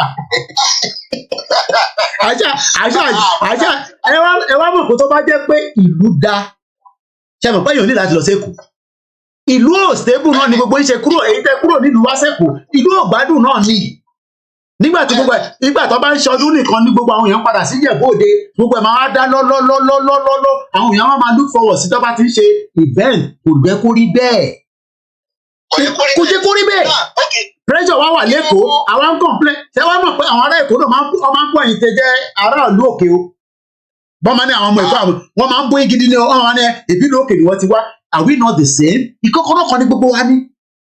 Tábà tẹ̀ ń bọ́ àwọn ọmọ Igbo ṣé ẹ̀ka tó máa bóra wa? A ní ọmọ lókè ni, ọmọ lókè ni. Ẹ jẹ́ wá sọ̀rọ̀ kan fún Mr. Koiki, ọmọ lókè tó wá gbẹ́jọ́ mi kó lọ. Ìyẹn náà mà ní. Ọmọ lókè ló padà kó ọmọ Èkó lẹ́rú. Kábíyèsí Elédùmarè. Aya kálọ̀wọ́ Bangadi Lagos ọmọ lókè náà ń pè ní ọmọ lókè yẹn òun ló padà kọ́. Thank God for technology. Wàláì. Ṣé Tinubu jọ mi Èkó ni? Fáṣọlá tó rúdù wọn lẹ́kọ̀ọ́ sọ́jọ́ mi Èkó ni. Ló bá tán. Ahmed tó rúdù wọn lẹ́kọ̀ọ́ sọ́jọ́ mi Èkó ni. Tó wà bẹ́ẹ̀ sí sọ́jọ́ mi Èkó. Ló bá ti tán. A dúpẹ́ lọ́wọ́ tani Ọlọ́run. Let's go, thank you. Pé ìṣẹ̀ṣe wọn àbí ìṣẹ̀ṣe ṣeré. Àní bàbá tó bí èmi lọ́mọ. Ìmáàmù ni tó máa ń lídìí irun tó máa ń kírun fún wọn tó jẹ́ ìmáàmù tó yẹ pé tí wọn bá rí wọn lè kírun. A dẹ̀ tó ń bọ Ògún nílé wa ń jẹ́ bọ ẹni tì nílé wa. Ṣé tó bá yẹ pé òun bílífù lórí pé ìṣẹ̀ṣe ò sí? Tó ó máa lọ tó yẹ pé ó mọ̀ pé ìrun kéèyàn kírun nìkan kéèyàn sábà nìkan lòún mọ̀ ni. Tó máa lọ bọ Ògún yẹn.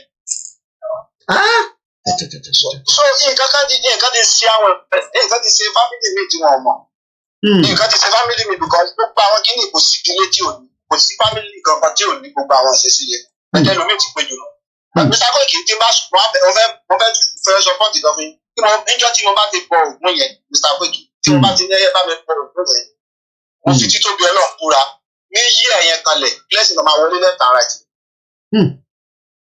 Tí mo bá ti lè bọ Ògún yẹn báyìí ní wíìkì tí mo bá ti lè bọ Ògún yẹn tán báyìí láti wíìkì yẹn báyìí blessing náà máa wọlé tí wà lọ́dún lóṣù. Bẹ̀tí gbogbo ẹ̀kọ́ lọ́mọ kìíní yẹn orò ìdílé tiwa nìyẹn kálukú ló lóró ìdílé wọn. Gbogbo nǹkan tó wà lẹ́yìn ẹ̀yin tẹ́ wà lẹ́yìn òdì tẹ́yìn náà bíi tẹ́ ẹ̀ mọ̀ pé ní kíni ẹ lọ go find out. Gbogbo ìdílé tá a ti kọ́lẹ̀ ló jẹ́ kí ìṣẹ̀ṣẹ̀ máa sá lọ mọ́. Gbogbo òwúrò òkúta tẹ̀ ń sọ ẹ̀mí sábẹ́ ó lè jẹ́ Nàìjíríà náà àwọn òyìnbó ẹ̀ka ti gbé. Oníṣìírí tí ẹ. Kò sẹ́ni tó máa mọ̀ nígbà tí gbé kò sẹ́ni tó máa lọ fi tètè gbé. Gbogbo tó tẹ̀lé tó wà yóò gbé. Ìlú àwọn aláwọ̀ dúdú náà ti lọ gbogbo síbẹ̀ yẹn wọ́n níbi ìfún. Ẹja máa bẹ́ tó nìṣó ẹ ṣé gan ni bàbá wa mo ṣé gan ni.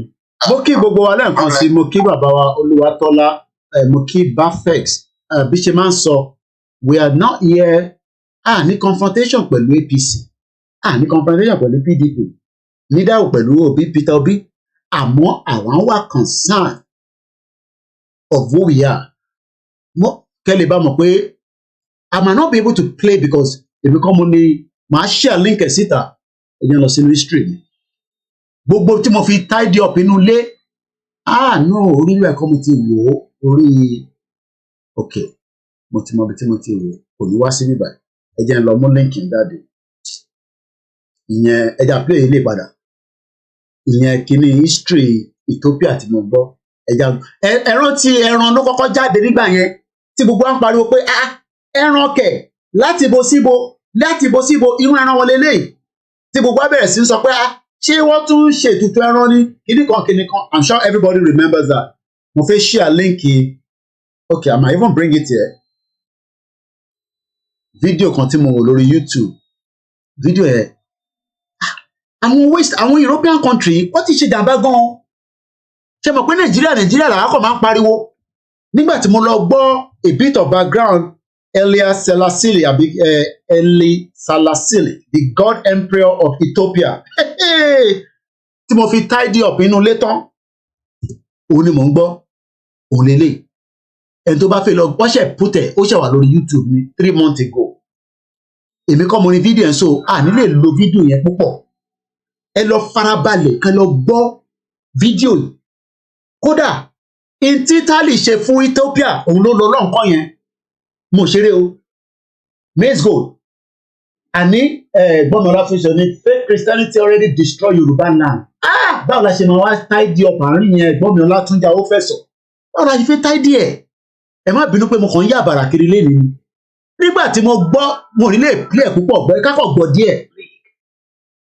Even more significant were the attempted economic and social reforms which were introduced during the reign of Empress Zewde II and the regency of Tafari, Already the first electricity grids had been introduced to Addis Ababa in the mid-1910s. Addis Ababa ti ní electricity grid in the 1910s. And this was expanded outwards in the 1920s. At the same time, efforts were initiated to begin linking the main cities with roads. Ìyá mà ti jẹ wá gan-an. Ẹ fi ọ̀rọ̀ ṣé ẹ kórí bẹ́ẹ̀ sílẹ̀ ṣáwọn yẹn ń sọ ọ̀kan tó nílà à ń sọ ọ̀kan tó nílà káyè nínú ẹ̀ ń sọ̀rọ̀ ṣé ẹ kórí bẹ́ẹ̀ ọ̀rọ̀ ṣé ẹ kórí bẹ́ẹ̀ lórí tó wà ní program a lè fi ṣé ẹ kórí bẹ́ẹ̀ sílẹ̀ tó bá ṣé ẹ kórí bẹ́ẹ̀ padà wá sílé torí ẹ̀ bá pé ọ̀rọ̀ ṣé ẹ kórí bẹ́ẹ̀ là ń sọ ni. Àná à ń sọ̀rọ̀ Ethiopia bẹ́ẹ̀ wọ́n èmi ò tẹ́ ẹ mọ̀ pé Ọ̀túnba Adékúnlé mo kí mo mọ̀ pé Italy ṣe jàǹbá a máa wá síbẹ̀ yẹn náà bẹ́ẹ̀ ká ṣe focus lórí ẹran ewúrẹ́ funfun tó bá ní kéèyàn lọ pàgbò funfun nísàlẹ̀ kí la fẹ́ pàgbò funfun fún o. Ẹ rántí pé ìyá Dagboru yẹn tó sọ pé àwọn bàbá tí tó yẹn wọ́n pa ẹran dúdú. Oh my God. Òun lọ lọ́run rán. Anyway, ẹ já padà sí bíbá. Mo fẹ́ dìde lórí chair mi briefly. Màá padà. Kó tó di pé kìíní máa tán. Ẹ já máa jọ gbọ́ lọ́mọ bọ̀. Centuries of tradition. And with just 1 week to go, a service was held to mark the arrival of the Stone of Destiny from Edinburgh, an ancient symbol of Scotland's monarchy. It was the item used at the Northern Kings right up until the end of the 13th century. And it's removed by King Edward I in his hope to try and stop that process happening. And it stayed in this chair that he built in Westminster Abbey. And it was used at every coronation right up to Elizabeth II.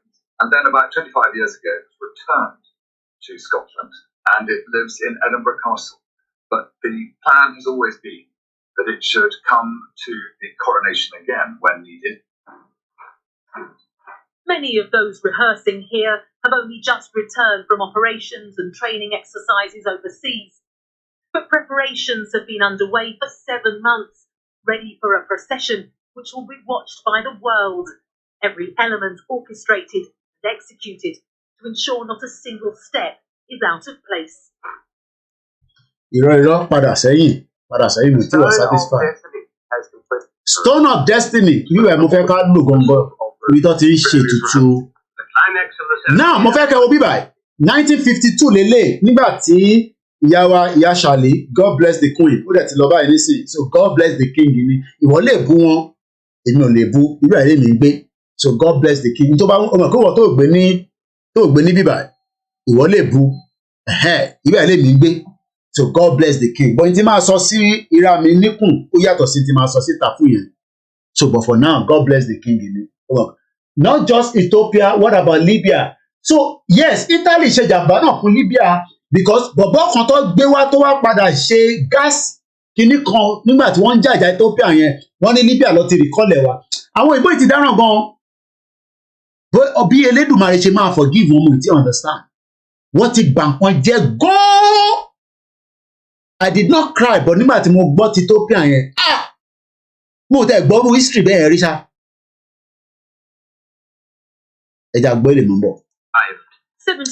70 years ago 70 years old man bí àṣà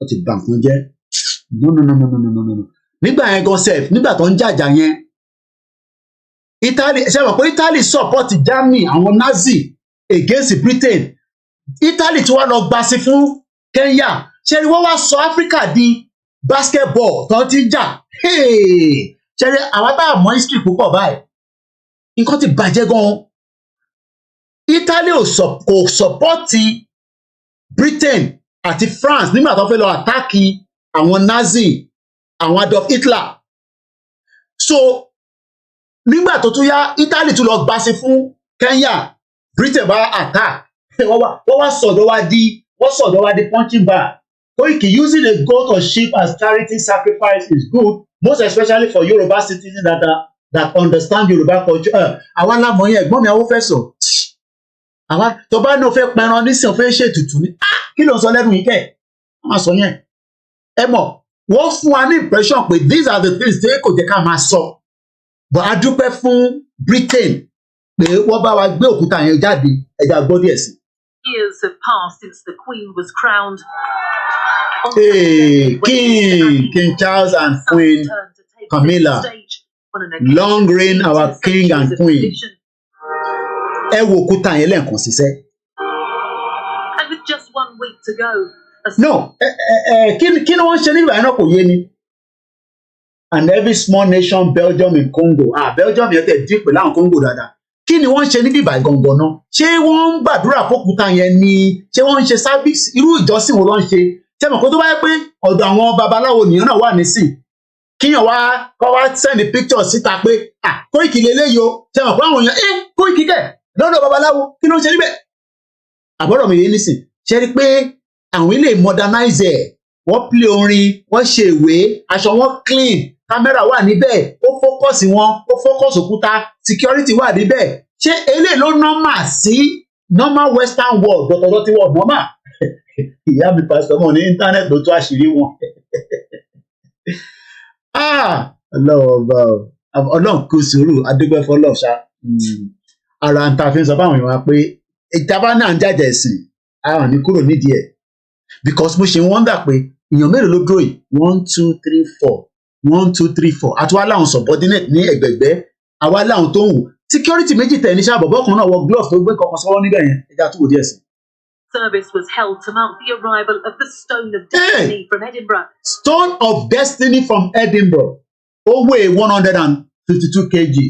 Prince Ojini Abraham used a lamb to mark sacrifice to God Almighty. Ancient symbol of symbol kini? Scotland's monarchy. Symbol of Scotland monarchy. Ẹ wo òkúta ìwé ṣe tó. The item used at the inauguration of Scotland's kings right up until the end of the 13th century. And it's removed by King Edward I in his hope to try and stop that process happening. And it stayed in this chair that he built in Westminster Abbey. And it was used at every coronation right up to Elizabeth II. And then about 25 years ago, it was returned to Scotland, and it lives in Edinburgh Castle. But the plan has always been that it should come to the coronation again when needed. Why? When needed. Fún kí ni ẹ̀ẹ́dà fi hàn sílẹ̀ tó bá dàgbò kan máa parí ètò yìí because postman tó yẹ kó dé wá collect nǹkan mo mọ reason tó ń pẹ́ báyìí mo lè ní láti lọ ṣe other things mo kí gbogbo alẹ́ nǹkan sí ọlọ́run ilé. Now èèyàn mélòó ló rí kínní wọ́n pè ní who was the Grim Reaper at Westminster Abbey? A viral video explained the footage. Ṣé fídíò lélẹ̀? Consent. Ẹja wo tó o bá ti rí tẹ́lẹ̀ nǹkan kan ṣe rí nǹkan kan appear lẹ́yìn máa wo bí tí lẹ́yìn yẹn ẹ farabalẹ̀ nǹkan kan appear lẹ́yìn yẹn àjọ máa rí nísìnyí.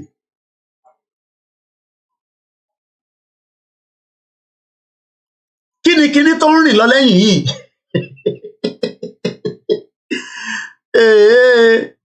Hello. Hello. Ṣé fẹ́ dá sórí ètò ni?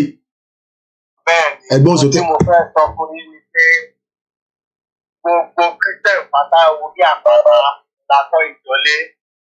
Okay, tó tó máa ní. Onígbàgbọ́ pátá Jesus pe Peter, ó ní orí òkúta ẹni mo kọ́ ìjọ mi lé. Okay. Ìta ipò tí kò lè borí rẹ̀.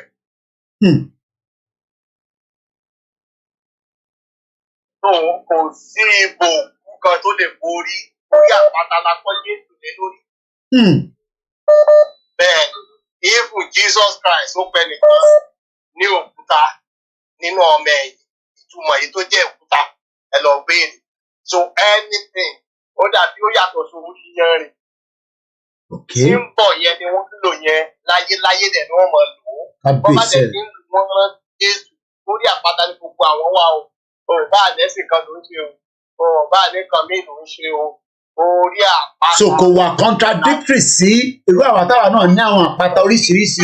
Tó ẹ tó bá ka báyìí dáadáa you understand the topic. Okay. Ẹ kú làákàyè sà. Rárá o, kì í ṣe ẹni tí wọ́n dẹ̀ gbọ́dọ̀ tọ́jú ẹ̀. Àwọn kan máa gbé wọn á mọ torí bá máa pọ̀ original ni. Ntọ́bàdẹ̀jọ́ original máa ń ní value. So àwọn ọmọ tí wọ́n ń ṣe nǹkan tó bá ti fi ṣèpìlẹ̀ àwọn ọmọ lẹ́nu òkúta fẹ́fẹ́ wà yìí ṣe millions náà tó tó máa rí lórí ẹ̀. Ìwọ́n la ṣe sọ̀rọ̀ ẹ̀ báyìí nísìn. Àwọn míì náà tún máa sọ́ńbò mi. Àwọn míì náà tún máa sọ́ńbò mi. Ohun tó ti kù ni mo lẹ ṣe rí táwọn èèyàn dúró lórí orí òkúta tí Jésù gbé tí British gbé ayé wọn lẹ́nu yẹn. Ọba àmọ́ wa lọ́dọ̀ òfin wọn àti ọba àmọ́ ní ohun tó kù wọn kán máa ṣe wọn. Ṣùgbọ́n ìpìlẹ̀ yẹn nìyẹn. Ẹ ṣé gan ni bàbá wa. Ẹ kú ọgbọ́n. Wọ́n ní bí wọ́n tó play ní ẹjọ́ àti kábàtì mọ́ tán. Àwọn kan ti wá bá àwọn bàbá ti wá àwọn tó ń mú mission wá kẹ̀kẹ́ gbogbo ẹ̀ láàtọ́jú wọ́n bàbá máa lò lé. Gbogbo kan yẹn làbá máa lò. Àjà grand ọ̀sán ni tó mú bọ̀ nígbàgbọ́dé. Ìsìn ó yẹ ká máa fowó wò ni. Lọ́ba dẹ̀ fẹ́ sí nǹkan tó lágbára kan máa wá ní gbogbo ayé. Gbogbo mission tán wá yẹn wọ́n mú kankan wá. Ìbéèrè kan bẹ́ẹ̀ la kọ́ lẹ̀. Èmi bí mo ṣe rí fún sọ lórúkọ mi mo wà ní Dublin. Nígbà táwa kéré. Bẹ́ẹ̀ni bàbá. Wọ́n pe àbákan ní bàbá ẹlẹ́mu wọ́n wà á pè é láti òkèèpè. Wọ́n bá lórí ọ̀pẹ àwa bọ́ọ̀lẹ̀. Ewé lásán ló máa dúró lórí ìdúró máa fọwọ́ sí. Kò sí orí náà yóò lọ lójú ẹ̀sọ́ wàá bẹ̀rẹ̀ sí ẹ̀ padà. Kábíyèsí lẹ́dùnmọ́ rẹ̀. Mo wá fẹ́ sọ pé dáàdì mi tó péye dàgbà tó kò mọ́ nígbà tí bàbá ẹlẹ́mu ò sí mọ́ nítorí wá ń fọ́ ẹnìkan tó tẹ̀ jẹ́ ẹni mo dáàdì oníyẹn áúyà tàbí bàbá ti lọ ẹ̀yìn ló kan ó lò wọ́n mọ́. Bàbá mọ́. Kò sí ń tá a tọ́jú. Níbi tá a mọ yìí náà wọ́n máa ń tẹ̀gbẹ́ kan lọ́dọ̀ wa wọ́n ń pè ní òkè ọlọ́fin àjúwájẹ́ ó wá láti fi òòrùn ṣáì. Wọ́n ti sin èèyàn níbọn ta tó kú lójú ẹsẹ̀. Wọ́n sì pé gbogbo àwọn èèyàn pé ẹ̀ gbọ́dọ̀ tọ́ o. Wọ́n rí báìbù ẹ̀ padà. Kábíyèsí lẹ́dùnmọ́ rẹ̀.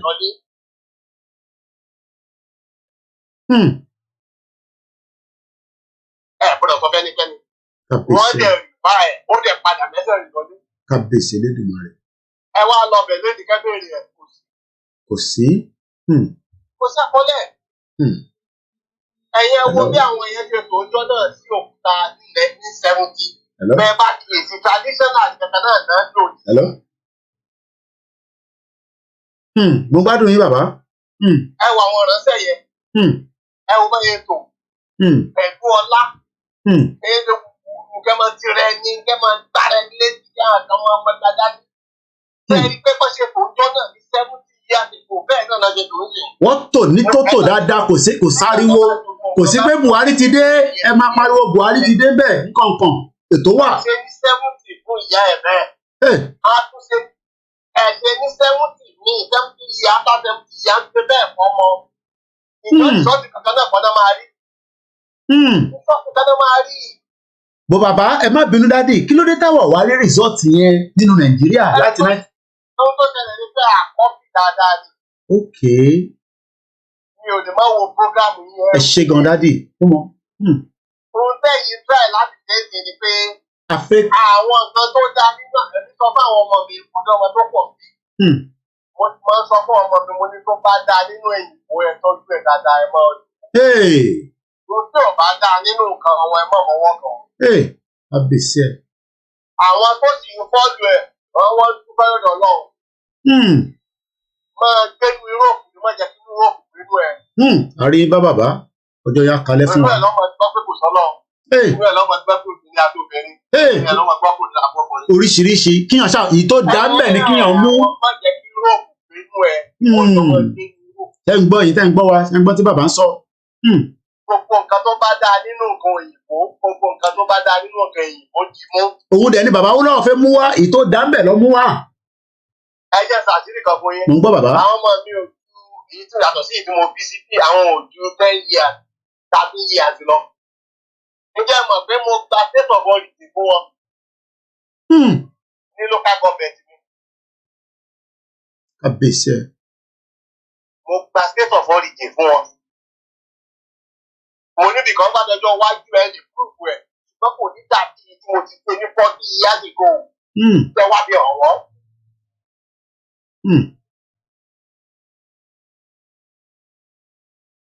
Kábíyèsí. So 40 years yẹn ẹ lè mọ̀ pé 40 years láti ṣe kíní láti sáyẹn. Mo dẹ̀ ṣe fún gbogbo wọn. So níjọ́ tó bá mú yọjú after 30 years àwọn èèyàn á respect yẹn. Èèyàn bẹ̀ kò sọ́mọ mi tí ò gbọ́ Yorùbá. Kábíyèsí. Kódà ìní ilé kà. Nígbà mo kó wọn lọ lé ní March April tó kọjá tá a lọ ṣègbéyàwó fún ọmọ mi kan. Níṣẹ́ ni gbogbo wọn gbogbo tó ń sọ lẹ́gbọ́. Gbogbo ò dá wọn lóhùn. Gbogbo ẹ̀ ló ń gbọ́ pátá. Gbogbo tó ń sọ lẹ́gbọ́. Lọ́sẹ̀ wá ń sọ fún mi. Ilé ìsọlé ilé ìsọlé ilé ìsọlé. Ilé ìsọpẹ́ ilé ògbọ́ kan. Mo mọ̀ pé mo gbọ́ méjì kó tó fi sọ̀rọ̀ ìwé. Mo làwọn bá ń rẹ̀. So, Mr. Koiki, iṣẹ́ ńlá lẹ̀ ń ṣe o. Kábíyèsí. Iṣẹ́ ńlá lẹ̀ ń ṣe ọ̀rọ̀. Òun sọ̀rọ̀ àlèdà bí sọkúsọ. Ojoojúmọ́ ló ń bú wa. Ìgbìmọ̀ kìíní kan dájú. Ojoojúmọ́ ló ń bú wa. Ẹni tó bá mú ọ̀rọ̀ yín bó jẹ́ méjì nínú ẹ̀ ló bá lò. Táyé ẹ̀ bá da kò ní kàkéjì o. Ẹ ṣe gan ni sà. Torí tọ́níìkì níṣẹ́, ẹ̀yin ní máyégún ní. Tọ́níìkì lọ̀rọ̀ yín. Bẹ́ẹ̀ni. Nínú ayé tèmi èmi ò lè má gbọ́. Ṣe gan ni èmi náà wà pẹ̀lú ẹ̀ lánàá títí tó fi ń ṣe prógrámù ẹ̀. Àjẹ́lé yóò máa yẹ ẹ̀yin méjèèjì ẹ̀fà jíjẹ́ ọlọ́mọọmọ fúnlẹ̀ Yorùbá ni. Ọmọ Yorùbá ò kí recognize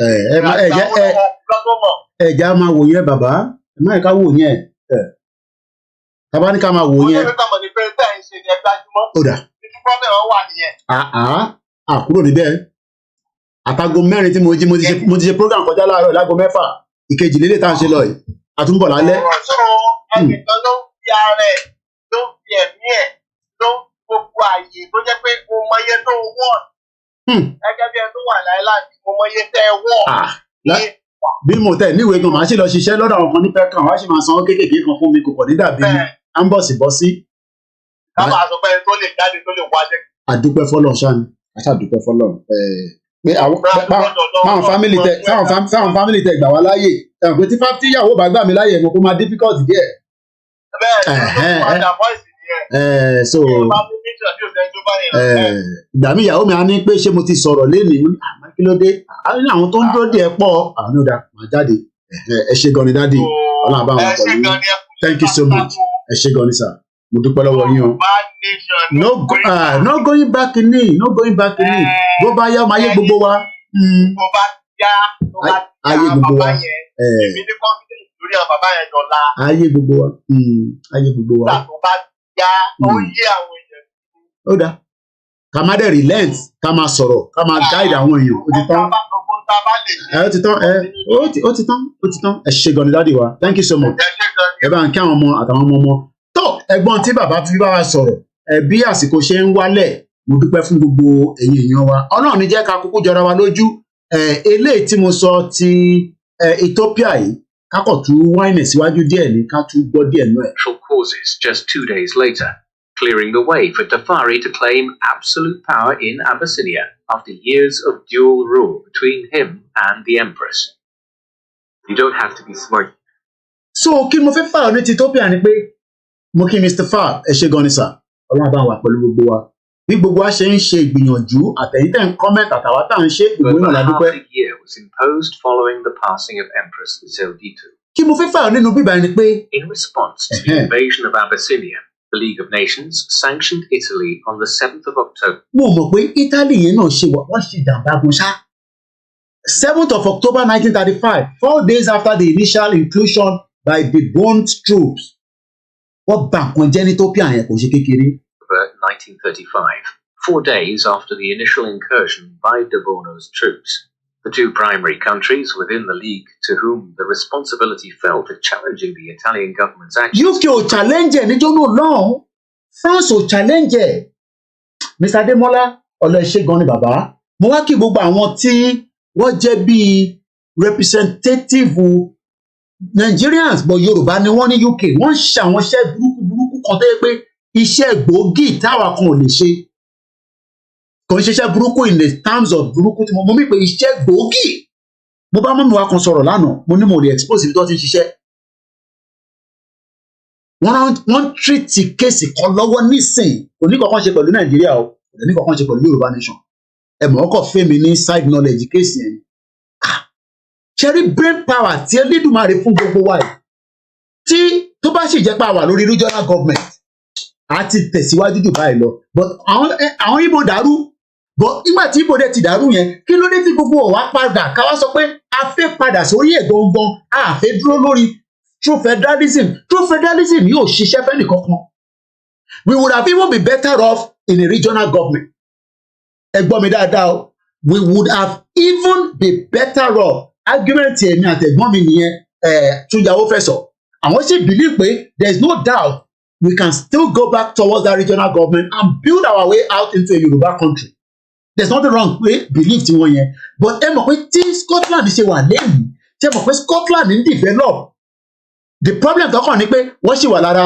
United Kingdom but ọmọ Scottish lẹ́ni nísìn kò síbi tó lè lọ tó bá pàdé wọn ní airport láwọn àtàtì rọra travel níwọ̀nba kékeré èdè yẹn ló máa fi gbọ́ pé Scottish lélẹ̀ Irish èdè ibo mo ti pàdé bọ̀ girl Irish kan òkèlè níjọ́ Saturday tí mo jáde yẹn I'm sure pé máa capture nínú fídíò yẹn tẹ́ bá follow fídíò mi dáadáa even òtútù tó mú mi wọlé kò ń ṣe kékeré rárá mo wọlé báyìí just reason mo kí ẹ dáadáa the evil rules the world and that is the main reason why preaching of Jesus Christ is so vital to understanding goings on and how one can deal with the world with a long spoon. Mokindade mọ́mí wa Christina Demola God rasbam mokinyin. So ẹ̀yin tiwa mokinyin bàbá ọmọ ọba Ọláyínká Akeem mọ́mí wa Ògìní Fiki mokinyin.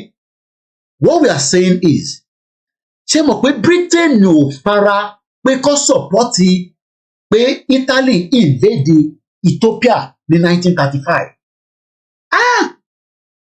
So now mo lè wá understand reason tí Yorùbá nation now níwájú ilé wọn ní dára lóhùn Biafra nation now wọ́n rí wa lórí kámẹ́rà wọn dára lóhùn akọ lẹ́tà sí wọn wọ́n respond dáadáa mo kí n dáàdi wa Báyọ̀ ṣẹwádẹ tẹ ń bú mi ẹ máa bú mi dáadáa ẹ bú mi dáadáa kò má tà èmi kọ́ ló ti ń búyàn but ṣe rí dáàdi wa tó sọ̀rọ̀ tán wọ́n ní ìta bá sọ tó bá tẹ́ lọ́rùn ìwọ ṣáà múnú ẹ̀ sórí tó kù dásí mi nígbàyà but tí mo fẹ́ kà mọ̀ ni pé Britain àti France tí kò sọpọ́tì Ethiopia ní 1935 bó ṣe máa sọpọ́tì wa ní 21st century yìí òun ni gbogbo àjọ ń wò lọ́wọ́ yìí ẹja gbọ́ díẹ̀ sí. Britain and France, who were the ìdí tí mo ṣe ń ṣe analysis lé lórí pé ká má kàn máa lo fídíò yẹn torí ó lè freeze YouTube. foremost colonial powers across the African continent and who had colonies nearby themselves in Somaliland and all across Ethiopia's western and southern borders in Sudan and Kenya in the case of Britain.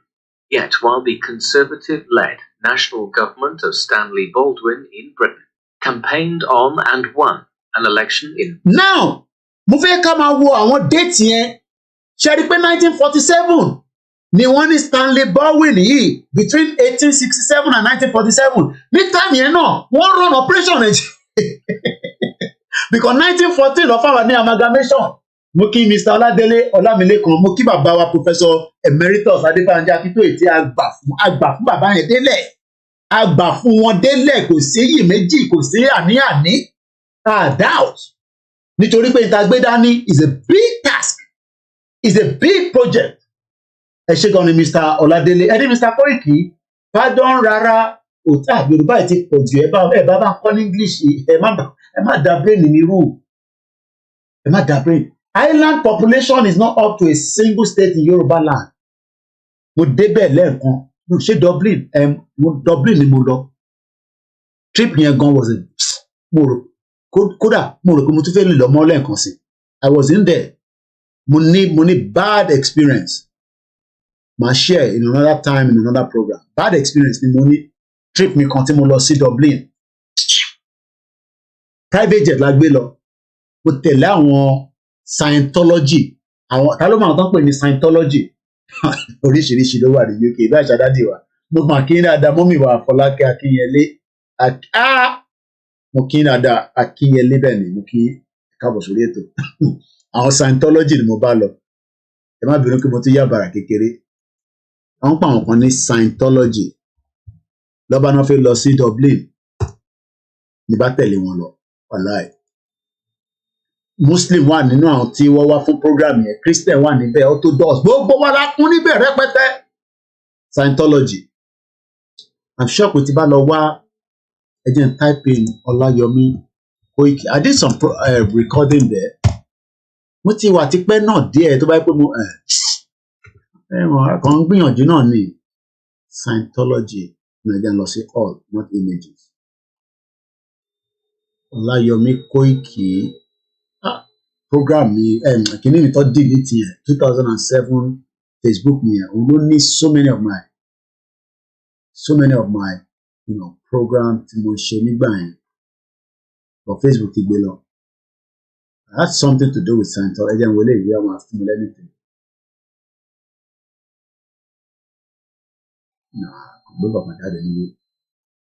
Scientology. It was a big event gone. Big event, gidi. But experience the money pẹ̀lú àwọn tí a bá lọ yẹn. Mo lè gbàgbé láíláí. Big kìíní láwọn eléyìí o.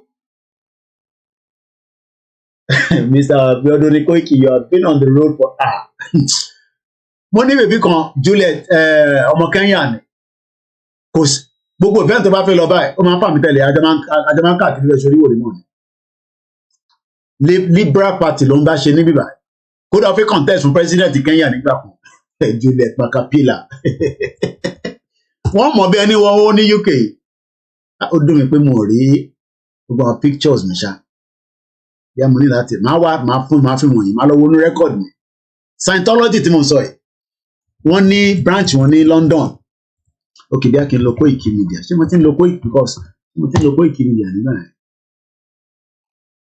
Scientology koikimedia kódà pẹ̀lú ìwé magazine orí owó tó wá ẹ mọ̀ pé àti change mindset àwọn èèyàn a máa náwó àwọn èèyàn máa náà ní náwó ẹ bá mọ investment táwọn ilé ṣe àwọn Scientology tẹ̀ ń rí another ideology kan làwọn eléyìí náà tó bá wà careful wàláì wọ́n máa gbé ẹ lọ síbi tó they go carry you go where you no wan go London ètò kò fún mi lẹ́nìtẹ̀ strange máa wá jáde fún yẹn má wọrí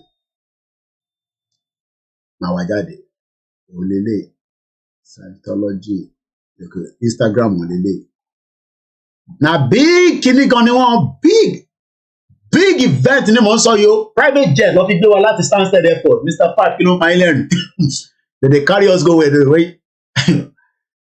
big event private jet tí mo tẹ̀ wọ́n fà máa gba visa di Dublin ọ̀rọ̀ tí mò ń sọ yìí ìgbà tí mo dé Dublin mo realize pé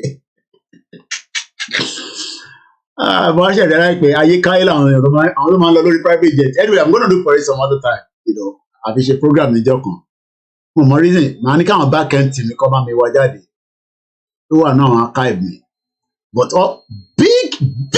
big ṣe manuscript lọ can't you see what Omoluka show about the baba is working bẹ́ẹ̀ ni mo rí lánàá mo rí tí bàbá wà lórí kọ̀ǹpútà lánàá ìyá dagboru yàn ní jẹ́ ká réhùn bẹ́ẹ̀ yẹn ẹni pé bàbá gan wà nínú ọwọ́ just in a casual way kọ́lọ̀ bá wà pẹ̀lú bàbá yẹn so wọ́n sàn ibi tó wà ní Victoria mo lọ attend some of their events wọ́n fẹ́ ká máa bá wọn promote nǹkan kan nígbà yẹn Church of Scientology ló ń jẹ́ oríṣiríṣi ló wà lọ òkè káwọn èdè ní Koiki yìí bí wàá kápẹ́ sí orí títì lèmi wà sẹ́ orí títì mo ti pàdé heritage orí títì mo ti pàdé gbẹ̀dú níbi mo ti wà káàkiri èmi ò láìkí máa jókòó sínú ilé kẹ̀ Yorùbá nation ló kọ̀ tún fún mi ní restriction plans mi tẹ́lẹ̀ wàláì bí gbogbo ṣe ní plans èmi náà ní plans mo fẹ́ káàkiri lọ sí gbogbo 36 state tẹ́lẹ̀ ààrẹ owó ni tó bá yẹ kí mo rówó ni bí Fúlàní ìbàdàn ti jólú ẹ̀ bá ti gé orí olúwẹ̀ lọ ẹnu ẹja fi Scientology sílẹ̀ I'll come back for another time for it ẹ jẹ́ ká parí sí now mo fẹ́ ká wo déètì yìí déètì wà important in the history of bó ṣe create Nigeria ẹ wo 1947 tọkọ sí bíbá 1914 ẹ bá wa tètè minus ẹ 1947 minus 1914 how many years is that ẹ̀gbọ́n mi Ṣẹ́gun ọ̀nà ẹ̀yin mathematician ẹ máa kémi tó máa ṣe wàhálà Tottenham Court bẹ́ẹ̀ ni wọ́n wà ní Tottenham Court náà you know what Mr. Abiodun you know what I used to go into their church at Tottenham Court Road ẹ̀yin náà lọ́bẹ̀ 33 years thank you so much just crazy just crazy ṣé further mass ló ṣe ní school ni ẹ̀yin wà tí ẹ̀gbọ́n mi Ṣẹ́gun ọ̀nà now ṣé mo pé ó wà interesting pé why tí ìjà ń lọ ní Ethiopia wọ́n ti fún àwa ní fake amalgamation but ẹ jẹ́ kí n béèrè ìbéèrè kan ìbéèrè òmùgọ̀ ni ẹ má bínú ẹ mọ̀ pé mi náà ká bá jókòó síbẹ̀ ẹ̀gbọ́n mi òkè mighty wọ́n send message kan sí mi wọ́n ní Koiki ẹ ṣe gan ni ẹ jẹ́ n béèrè ìbéèrè òmùgọ̀ kan ṣé nígbà tí wọ́n amalgamate wa ṣé ààrẹ àwọn tó lè stop ẹ̀ nígbà yẹn pé no àfẹ́ ẹ̀gbọ́n mi tó ní ages 33 years tí àwọn ilé ìṣe tí wọ́n lọ níjọ́ náà lọ́hùn ìyẹn máa yìí Stanley Baldwin yìí ẹ jẹ́ ká lọ wọ ẹni tó ń jẹ́ bẹ̀ gangan Stanley because òun lélẹ̀ Stanley ojú ẹ̀ gangan lélẹ̀ àwọn pípì ti dayé wọ́n ti dayé rú Britain ti dayé rú wọ́n fẹ́ apologize Stanley Baldwin First L. Baldwin of Bildo, oríṣiríṣi KG, PC, JP, FRS was a British Conservative Party níjọ́ náà long, a statesman and a politician who dominated the government of United Kingdom between the World War. Nígbà tó ń jagun lọ́wọ́lọ́wọ́, Mr. Agbọ́láhàn ni may God protect you. Ọlọ́run ẹ bá máa ṣàdúrà lójoojúmọ́. Ìdáǹgbéjáde yìí wọ́n fẹ́ ká mọ̀. Prime Minister UK ẹ ṣe gan ni. Ẹ̀gbọ́n mi Ṣẹ́gun ọ̀nà ẹ wáyé ká gbọ́ ohun tó ṣẹlẹ̀ ní bíbá ẹ jẹ́ rewind ẹ̀ màá wá dákẹ́ díẹ̀ mo fẹ́ ká follow bíbá ẹ̀ ogun ti rẹ́ wọ́n ti jagun oríṣiríṣi ní Áfíríkà yẹn Áfíríkà ní battleground Ọlọ́run ẹ jẹ́ ká gbọ́ díẹ̀ sí ní bíbá ẹ̀. Though, while the Ethiopians were numerically superior, despite the best efforts to modernize their armies since the 1890s, their forces were still resoundingly based on mass infantry divisions. For instance, Selassie's government had just a handful of tanks, and the Ethiopian Air Force consisted of little more than a dozen planes. By way of contrast, Mussolini's government was eventually able to deploy hundreds of tanks in East Africa, as well as massive artillery barrages and a significant Air Force presence. Thus, while the Italian army would be shown in later years to be enormously deficient in European terms, the war, which was initiated in the autumn of 1935, was clearly a David versus Goliath type conflict. David versus Goliath type conflict.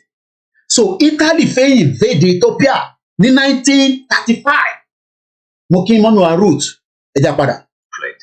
Mo ní láti máa sọ̀rọ̀ láàrin méjì sódà kí AI the artificial intelligence kó má pọ̀ pípé àkànlò fídíò ní fídíò because fídíò iṣẹ́ jáde ní 3 months ago. Mo farabalẹ̀ mo gbọ́ 1 hour níbi iṣẹ́ ń clean nínú ilé àárọ̀ tí mo wú bá tí mo ṣe gbogbo ẹ̀ ni mo fi kíni mo gbọ́ kíni ṣe tí mo ń gbọ́ dáadáa. The Italians had the upper hand. Italian has the upper hand. In a way which they had not back in 1895 when the first Italo-Ethiopian War was launched. Wọ́n ti kọ́kọ́ jàjà kan rí ní 1895. So ìjà tó jà yẹn kò àwọn Ìtàló wọ́n wà satisfied. Wọ́n tún wá ṣe padà wá ní 1935 kọ́ la sọ lẹ́ẹ̀kan yẹn. Wọ́n ti jàjà kan ní 1895.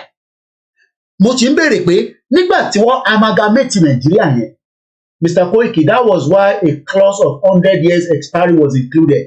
Now tí clause yẹn ti expire, kí ló dé ta ṣì wá ń renew clause yẹn? Kí ló dé ta ṣì ń wá faramọ́ Nàìjíríà ní 1914 amalgamation tí clause yẹn ti tán?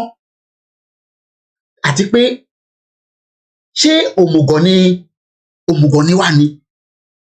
Union yìí ò work, ẹ jẹ́ ká fi sílẹ̀, kò mí pa ní tí bá fẹ́ ọmọ mọ́là tíyàwó mi bá ní ó wà òkè má lọ fẹ́, tí bá dẹ̀ ní mo fẹ́ ọmọ mọ́là má fi sílẹ̀ bẹ́ẹ̀, tí bá fẹ́ lọ ṣeré lọ sílẹ̀ Haúsá màá mọ̀ pé a máa lo hijab látòkè dé sálẹ̀, àní gbé bra nìkan lọ síbẹ̀.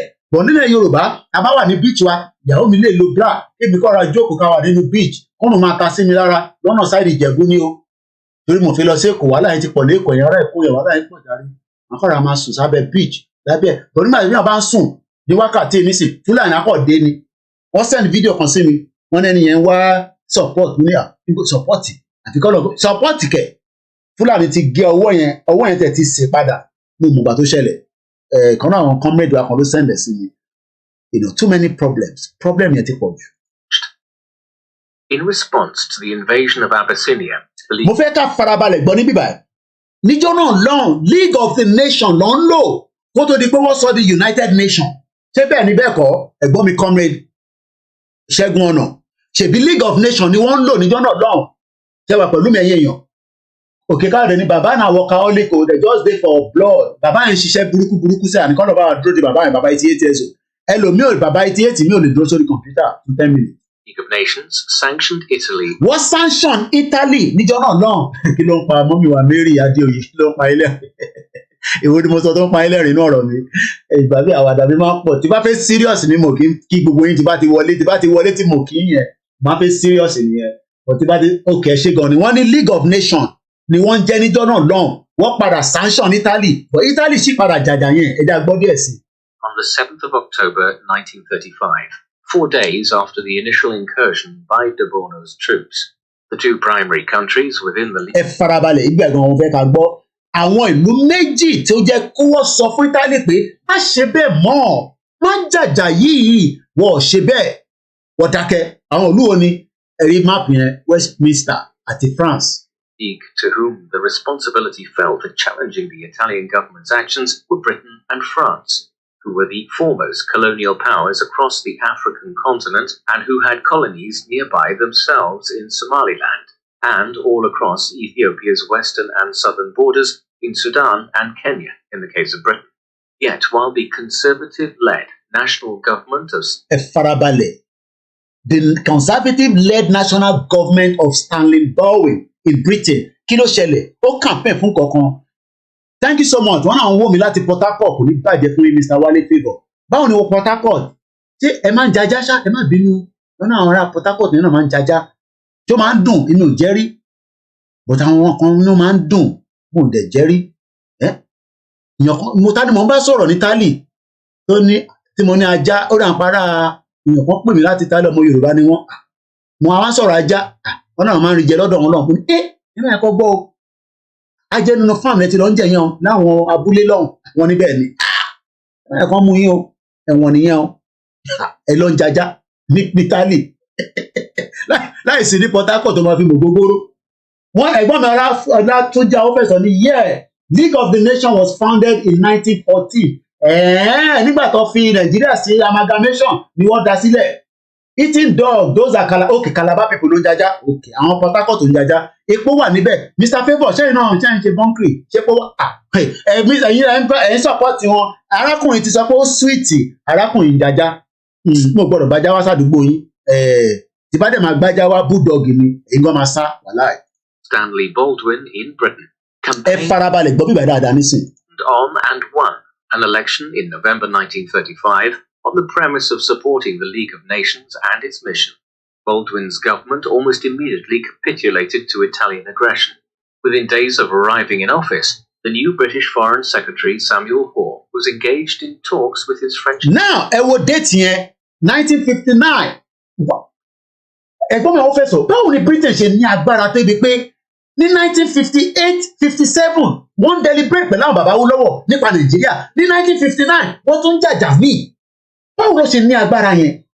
Wọ́n ní mo mọ̀ pé ará Oǹdó náà ni arákùnrin tó pè mí láti Italy yẹn, kò ní dárúkọ wọn. Wọ́n ní àwọn máa ń jajá ní Italy. Mo ní ẹ̀ ń jajá kẹ̀ ní Italy. Ẹ máa kọ́ òyìnbó mú yín o, ọ̀la ẹ̀wọ̀n nìyẹn. Mo fẹ́ béèrè nǹkan kan lọ́wọ́ gbogbo ẹ̀yin tẹ́ ń gbọ́ program yẹn lọ́pọlọ. Enlighten mi, because ẹ̀yin náà máa enlighten mi ọ̀kan náà gbọ́lọ́gbọ́n la fi ṣe kinní kan. Ẹ má bínú, ó yẹ ká ti lọ. Mo ń tẹsẹ̀ dúró fún post tó yẹ kó wá gbé pásù kan nínú ilé yìí. Nígbà tó lè bá dẹ̀ jáde tán nísìnyí lọ́ máa dé. Táwọn ọmọ òdua bá dẹ̀ dé nísìnyí lọ́ máa bí mi. Shalom, my brother, shalom, I cite you. Tó bá ti kí mi ní shalom, moment tó wà behind it. Ẹ jẹ́ ìbéèrè kankan. In 1959, the British government was already working towards allowing Nigeria to become an independent country, because a mọ̀ pé ní 1957-58 according to Ntọ́tagbọ́ ní Lancaster House wọ́n ti ń ṣe, but wọ́n tún wá intervene pẹ̀lú another fight tó ń lọ ní Ethiopia. Báwo ló ṣe ní agbára tó tó yẹn? How did they get this kind of power? Koiki, some of them who are talking rubbish about our Baba, we can't see their own father. Àìní kẹfì wọ́n sílẹ̀ sẹ́, àwọn èèyàn ní bàbá.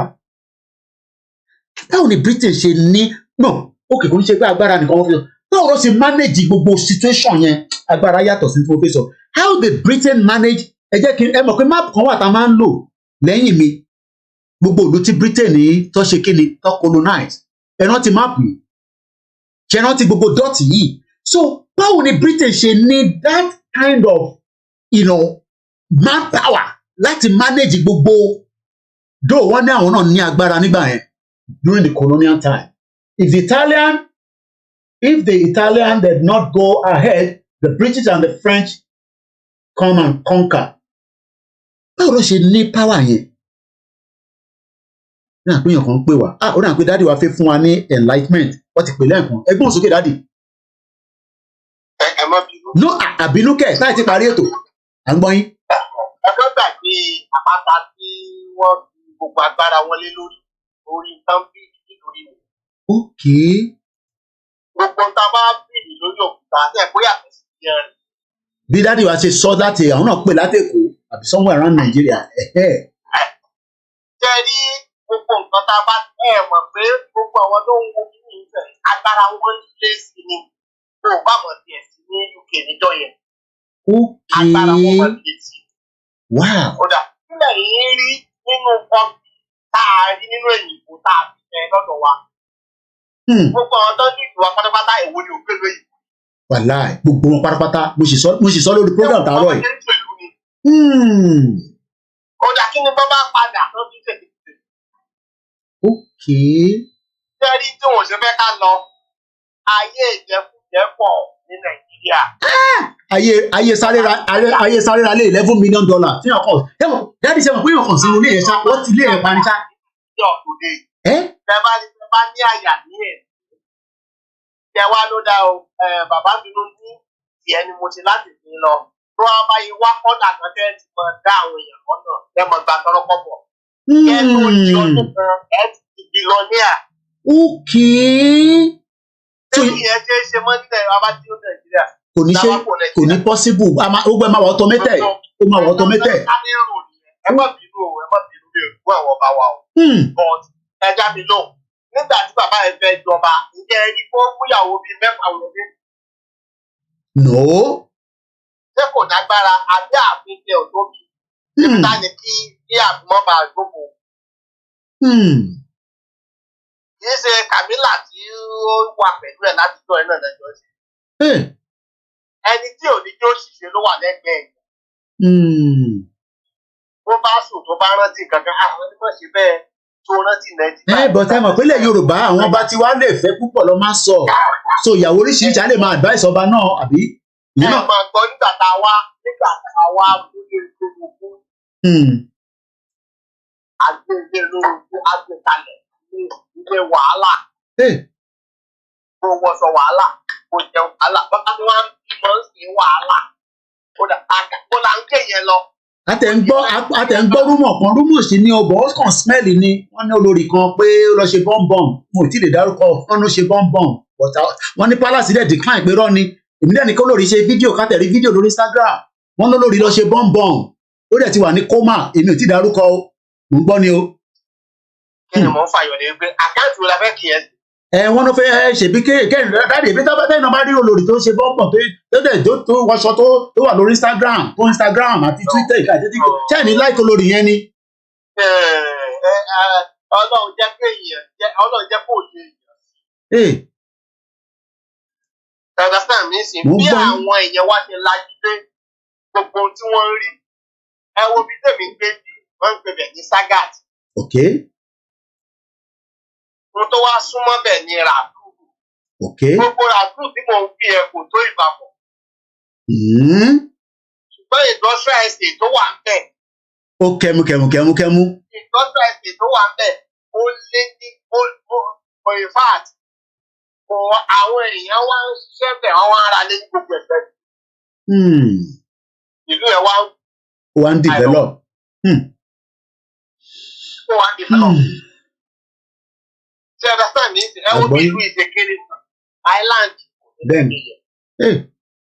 ǹjẹ́ mo fọ́ nìkì. ń gbọ́ sà. mo bá yẹ táǹkì ẹ̀ ó ti ní pàṣẹ́ntéèjì owó nípa táǹkì ẹ̀ máa ní tọ́ba ti ṣe. tó gbogbo wọn competition wá wà. kò sí competition kò sí ìtẹ́tọ́ ní ìbò lọ lórí pé àwọn àbẹ́yìn láti ṣe à. nǹkan ó ṣe. náà pé tí o bá lọ ètò yìí àdájọ́ láàbí lọ Spain. ti kódà ti China ṣẹ̀ dé ni mo rí yẹn lórí China news spacecraft wọn kan ṣẹ̀ padà dé àwọn China spacecraft space kí ni wọn kan ṣẹ̀ dé ni mo rí màá fi wọ̀nyí ní sẹ́ẹ̀ má sọ̀rọ̀ lọ. ọ̀rọ̀ ò ní rí ìṣekúṣe ṣe mọ́. iléeṣẹ́ padà dé ni. káfẹ́ pa. No human right. After ká lu ọmọ nílùkulù. wọn oṣù mẹ́sàn-án ló lò eléyìí ti bímọ lọ́hùn ó ti padà kódà Amẹ́ríkà gbogbo wọn ọmọ tó lọ ṣe lọ́hùn wọn náà kọ́ lọ ṣe rìsáàṣì ni oṣù mẹ́sàn-án ló lò lókè lọ́hùn ló lọ bímọ ti wá bímọ sísàlẹ̀ báyìí. àbúrú yẹn ńṣe làwọn ń padà sẹ́yìn àwọn tá a rò pé wọ́n mú ọkọ̀ gbogbo wá nígbà tán bá máa dé àwọn ìpínlẹ̀ yẹn gómìnà àtọ́jú àìmọye ọdún ní rò nígbà tán bá máa dé wọ́n máa mú apádà sẹ́yìn nítorí ìjẹkújẹ tí wọ́n lọ́lẹ̀ máa kọ́ ẹ́sẹ̀tì sẹ́yìn ní UK. prime minister mélòó ló kọ́ ẹ́sẹ̀tì mélòó ló ń lo mọ́tò mẹ́jọ pọ̀ mẹ́wàá kọ́ nígbà tí wọn ò ní san tax wọn ò ní san insurance wọn ò ní san anything. Bàbá ṣe gan ni sir thank you. ẹ tó wá sọ kankan ẹ má bínú pé mo gbé ká. Ṣé ẹ mọ̀ pé iye ọmọ púpọ̀ ọdún tó ń ṣiṣẹ́ ní Nàìjíríà lásán ó jẹ́ pé bá ṣe ń gba owó yẹn ní rọ́ọ̀tà ló tà wọ́n tó kù bẹ́ẹ̀ lọ́nà bẹ́ẹ̀ náà pé kì í ṣe bílíọ̀nù yẹn lásán. tí kò wà accountable fún ẹ rántí pé wọn náà kan kú nígbà tí ilé kan dà wó ní Lagos yẹn àwọn ọmọ tó kó wá láti ibẹ̀ yẹn tó wá ṣiṣẹ́ ọkọ máa ń sùn síbẹ̀ níwọ̀n nílé ará Lagos rẹ̀ nílé tó ń sanwó lé. orí tẹ́lẹ̀ gbé owó gidi lọ lẹ́nu ẹ̀ẹ̀mọye tó ń gbà. ẹ̀ẹ̀mọye tó ń gbà. No record.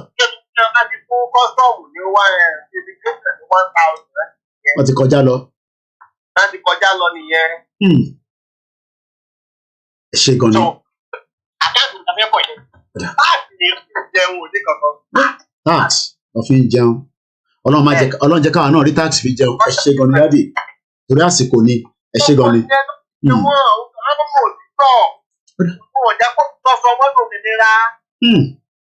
kó ti tọ́ sọ wọ́n dòmìnira.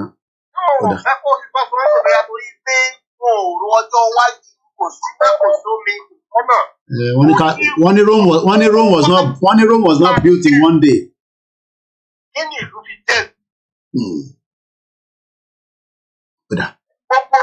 gbogbo bọ́ọ̀lù tí wọ́n ń gbẹ̀ yẹn tó mọ indication bá.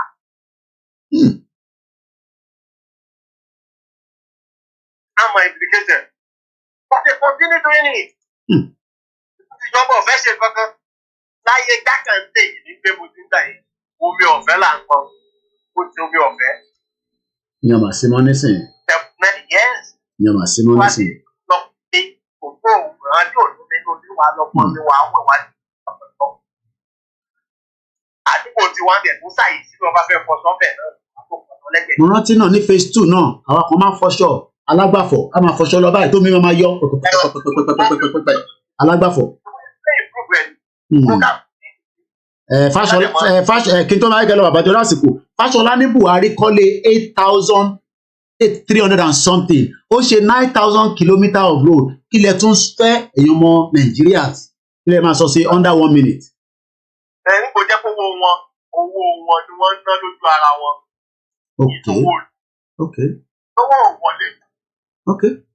owó wọlé ni.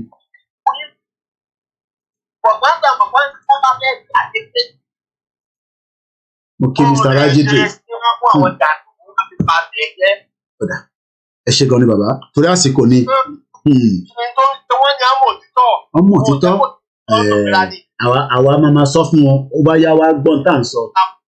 ẹ ṣe gan ni sir thank you so much torí àsìkò ni mo kí gbogbo ẹ̀yin èèyàn wa ẹ jẹ́ ká sáré padà sí ṣẹ́rí pé China oṣù 9 ló lọ fi lóyún ó ti wá bímọ padà sí ojú ayé báyìí eléyìí tẹ́ ń wò yìí ó ṣẹ̀ padà dé ni. Chinese space authorities said a reusable uncrewed space vehicle kò séyàn nínú ẹ̀ returned to Earth on Monday ìyẹn ní àná after 276 days in orbit. Ó kàn ń lọ káàkiri nínú orbit wọ́n control nísàlẹ̀ more than 100 times longer than his maiden flight less than 3 years ago. Hello, caller. Hello, Mr. Koiki. Ẹ jọ̀ọ́ mi kò fẹ́ sáré dá sí program. Ó ní statement ìkọ̀ntẹ́sán gbà fún on this program tó ń lọ lọ́wọ́ yìí. Wípé báwo ló ṣe pé àwọn funfun yìí ṣe ní agbára. Yes. Tí wọ́n kẹ̀yà because ó ní kan tí a kì í ṣàkíyèsí. Yorùbá máa ń pe òwe kan. Wọ́n ní títẹ̀yàn kùn bá bàjẹ́ títẹ̀yàn kùn ní ìjà. Kábíyèsí o. Ṣóyè ọ̀dọ́ a gbọ́dọ̀ ṣe burúkú síra wa. Àwọn ọmọ Yorùbá. Àmọ́ principle and theory funfun lò nìyẹn.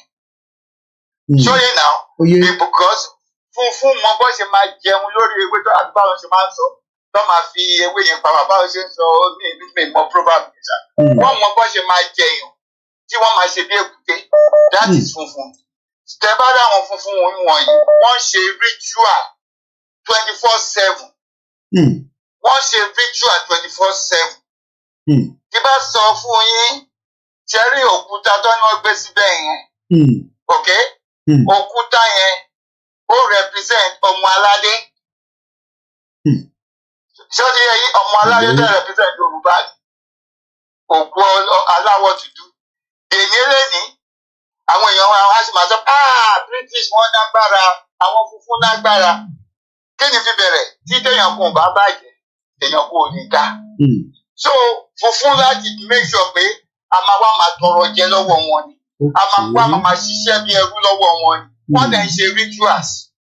Òkúta yẹn tá bá lọ sórí òkúta yẹn because that is not that real stone.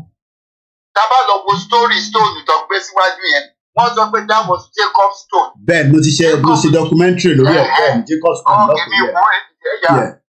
Èmi náà fi ṣe ọlọ́fún èmi náà ṣe mi lọ into the scripture mi ṣe àwọn other ones ti ṣe ìgbéjáde last Saturday by the power of the Most High God.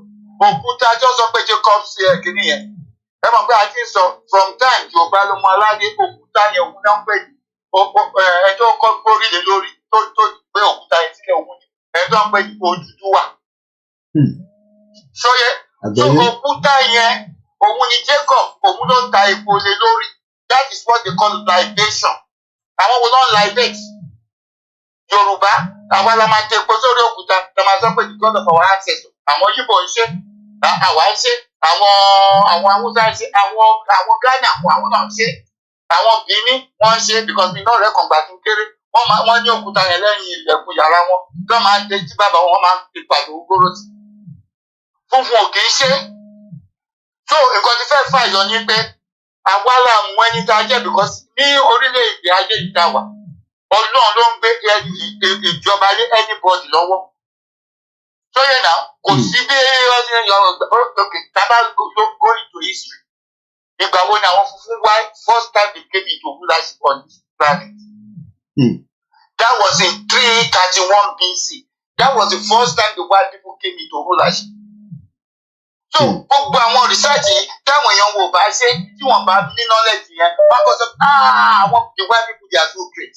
Now the white people they have to speak lies. So ibi tí àwọn èèyàn máa rò pé nǹkan báyìí àwọn atọ́pọ̀ àwọn ti débẹ̀. So irú ọ̀yẹn ni wọ́n máa fi ń gbéra wọn ga. Gbogbo ẹ̀ ló wá nínú ìdí oracle of God. Kakọ̀ mọ ẹni tí wọ́n jẹ́ orúkọ tó lọ ń pè wọ́n nínú Bible. Tó ìjọba kan sọ pé àwọn èèyàn funfun wọ́n funfun rẹ́ẹ̀dì ni wọ́n péèlì dẹ̀ ní skin wọn.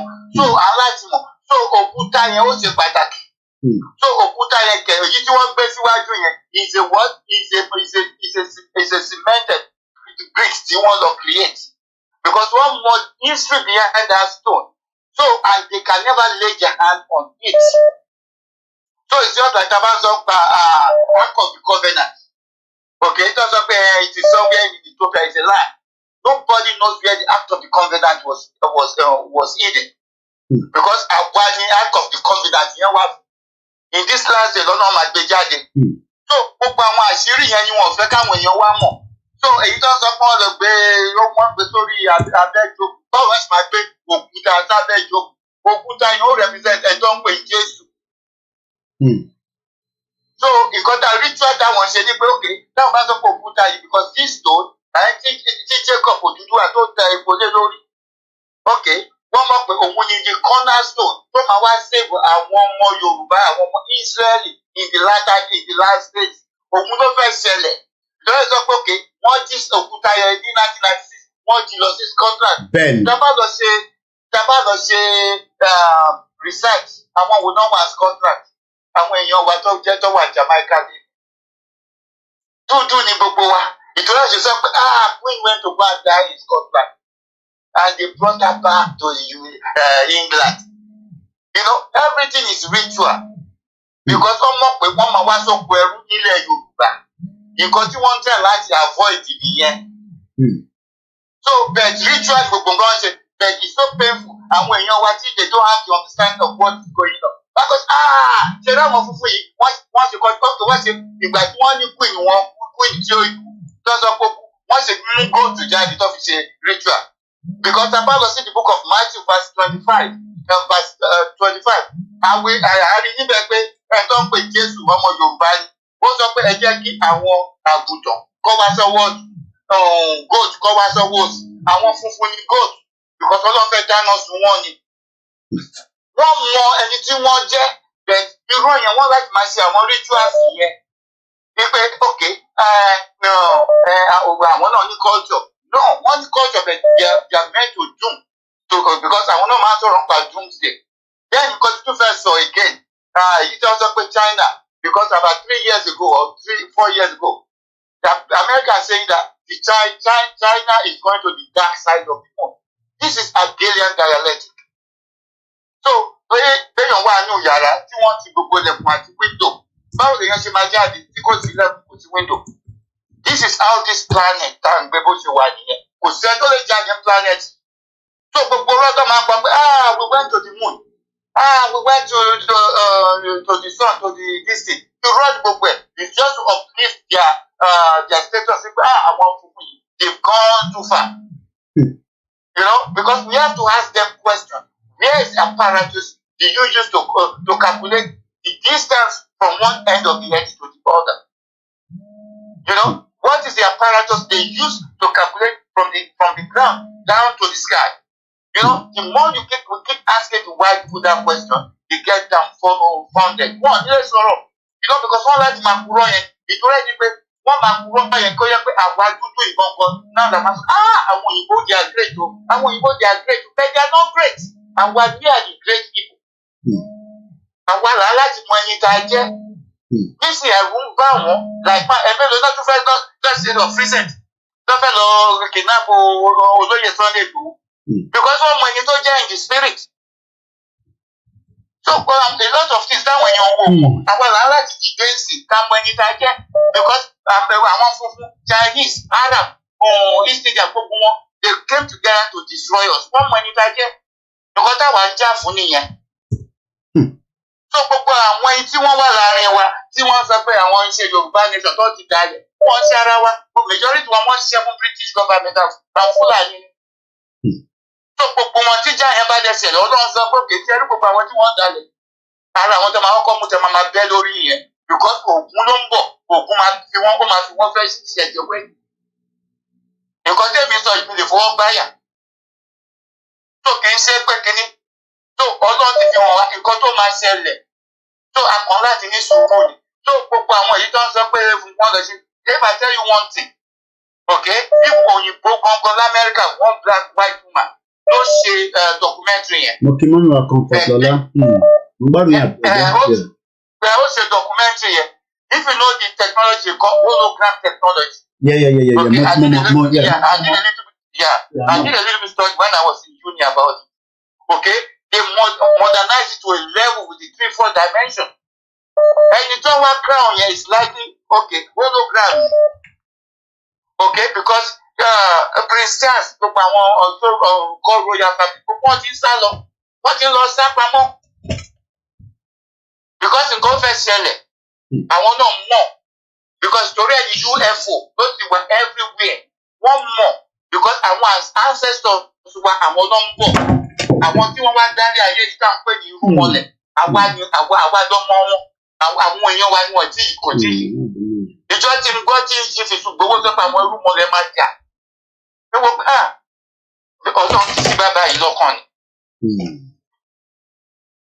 So àwọn funfun dẹ̀ ti mọ gbogbo àwọn secret yẹn wọ́n ti mọ gbogbo àwọn àṣírí yẹn so gbogbo èyí tẹ́kọ̀ nítorí ìṣe sọ fún ìjẹta sọ̀rọ̀ ń gbá kan sókè Mr. Koiki ẹ wo bí Nigerian Fulani government wọ́n sì máa ń lọ attack àwọn Biafra pẹ̀lú tí ó jẹ́ pé diplomacy náà máa ń lò pẹ̀lú Yorùbá. Wọ́n mọ kí Yorùbá new age tá a fẹ́ wọ̀ is a new age new rulers for the planet. Yorùbá jẹ́ ló máa lead everybody just like what you said before pé okay ó ṣe jẹ́ pé àwọn funfun yìí ní agbára. Tí at the same time tí wọ́n ṣe ìbò náà ti ń jàǹgbá yẹn during the Second World War kọjá tó ti fẹ́ lọ ní tí Ethiopia. Yeah, because I will tell you one thing they know who the Ethiopians are. Okay, àwa náà pè ní Africa bí àwa ìná bẹ́ẹ̀ àwọn Ethiopia gbọ̀ngàn ni wọ́n à ń ṣe kọ̀ọ̀kan náà bẹ́ẹ̀ nobody will ever conquer Ethiopia, Somalia and India. Ṣé o yẹ na àwọn wọ́n mọ prophecy yẹn. So, but àwa tó yẹ pé àwọn ọmọ Israeli òfin wọn náà tó kò máa rán all these hasty nations kọ́ wá take over our resources. Ó pé gbogbo àwọn dúkìá ilẹ̀ wa á ní ẹjọ́ yẹ. Òun máa rán wa tó máa wá máa kó there for a period of time. Period of time yẹn ló ti end sìn. Òun yẹn àwọn wọ́n wá bó ṣe máa extend yẹ. Yorùbá jẹ́ lọ́mọ aláyé tó máa rule. So, gbogbo àwọn nǹkan bẹ́ẹ̀ yẹn ni àwọn ti mọ̀. Àwọn èèyàn wa ni wọ́n ti mọ̀. Láti sọ pé Tinubu ń bọ̀, ìkíní ń bọ̀. To hell with Tinubu. Tinubu is just working for the British government and the Fulani. So wọ́n kọ́ lò ó just to say okay ẹ̀yin Yorùbá mọ̀ pé kí ókè ẹja fún yín ní Tinubu kẹtù pẹ̀lú jákẹ́ kẹsọ́pá at least Tinubu will do it maybe for another 4-8 years we see what he get. No, but the end is come. Ó lè bẹ̀rẹ̀ lálẹ́ yìí gangan. This just it. Ó lè bẹ̀rẹ̀ lálẹ́. This is how I'm telling you. The white people they are on the edge of falling headlong to destruction. So àwa Yorùbá aláti dúró gidi. Àwa lọmọ aláyé òkú aráwọ̀ dúdú. Ọlọ́run tó fi ẹ̀mí yẹn sọ́kàn ẹni tó kọ lẹ́rìtì yẹn. Because Ọlọ́run sọ pé look what you think okay what you say I will put it in your mouth. Àwa la máa ń rò bí it's my own decision that I thought about it. No. Ọlọ́run ló fi sí ẹni tó kọ lẹ́rìtì yẹn pé wọ́n mọ aláyé òkú aláwọ̀ dúdú.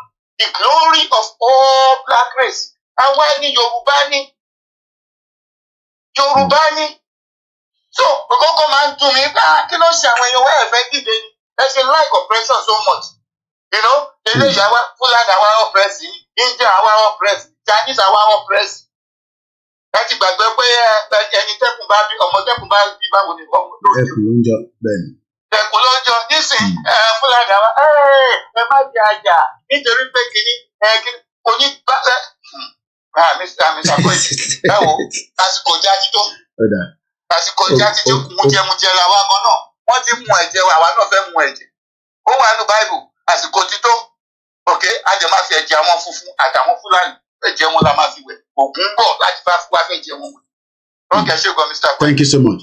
Wow, it's been my brother in truth. Thank you so much, Call It Tech and the rest of you. We have to call it we have to call it a day now. I'm not even Gomo means of I missed the pickup. Maybe I don't know what happened anyway. But I still have to be out anyway. I have to bring the program to an end. But I need to come. We've spent too much on the calls already, and we appreciate all the callers.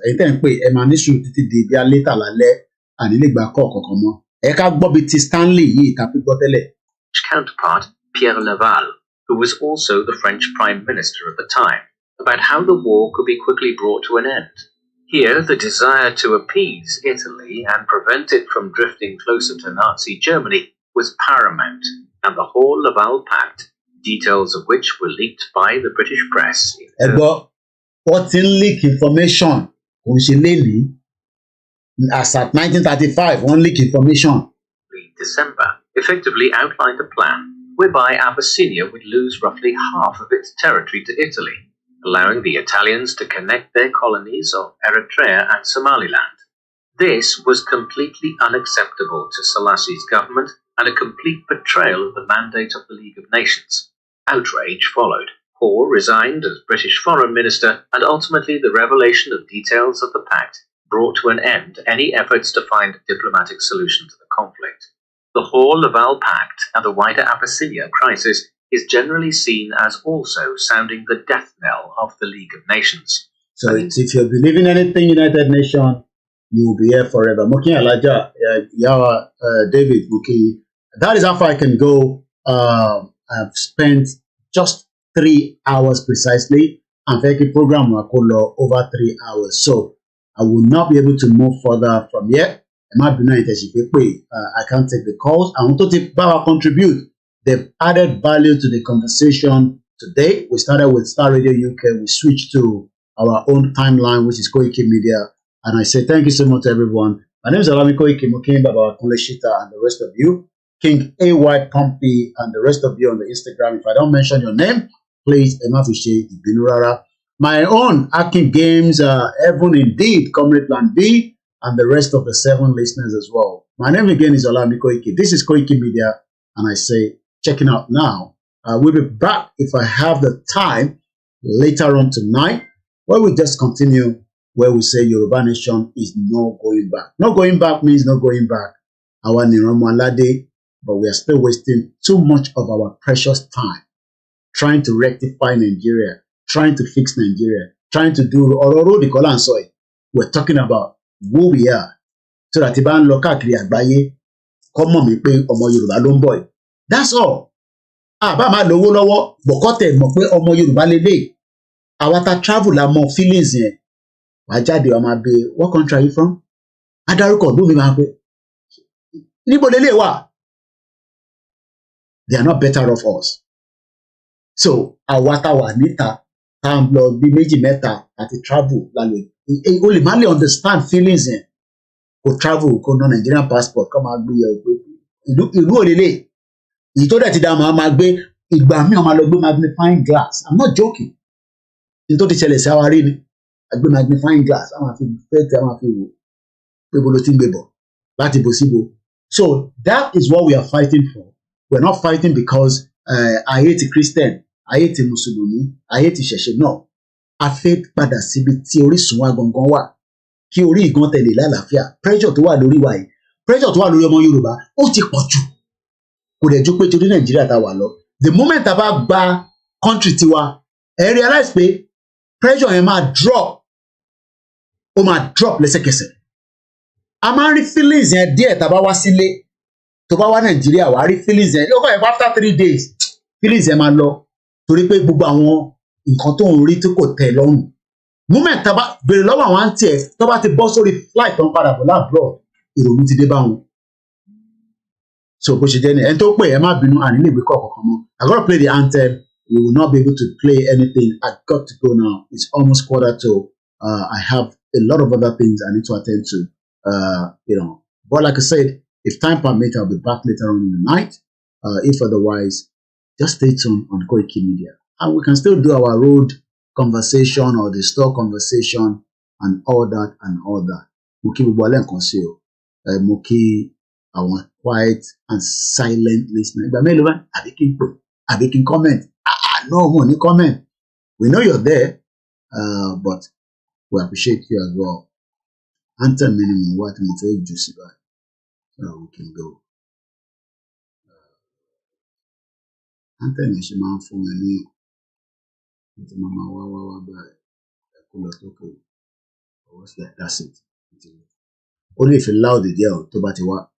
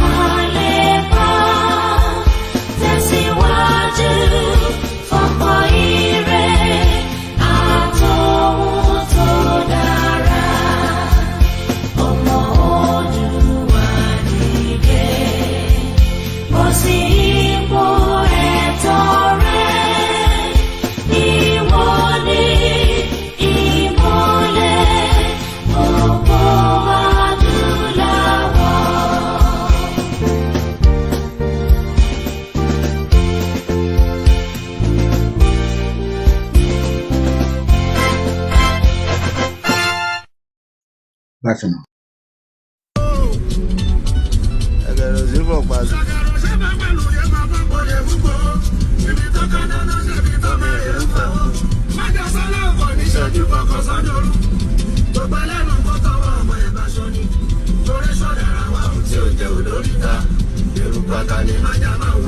Ẹ má fojú ko eruku ata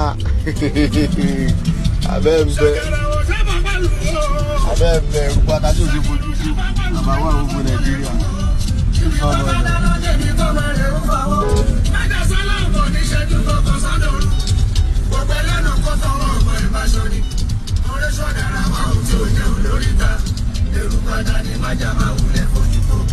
Ẹ má fojú ko ata ẹ lójú.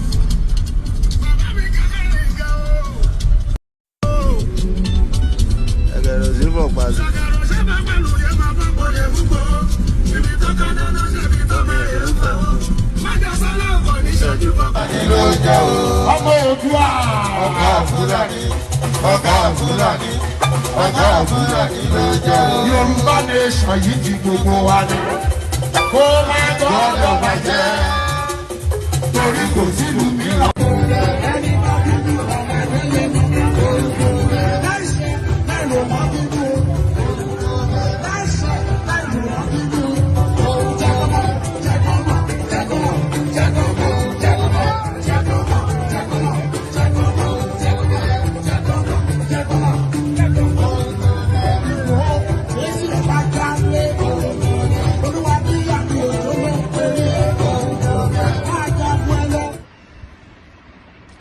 Life is so funny. You come with nothing, then fight for everything, and later leave everything and go back with empty hand. God is powerful. Koiki Media, bringing the world closer to our doorsteps. Bye for now.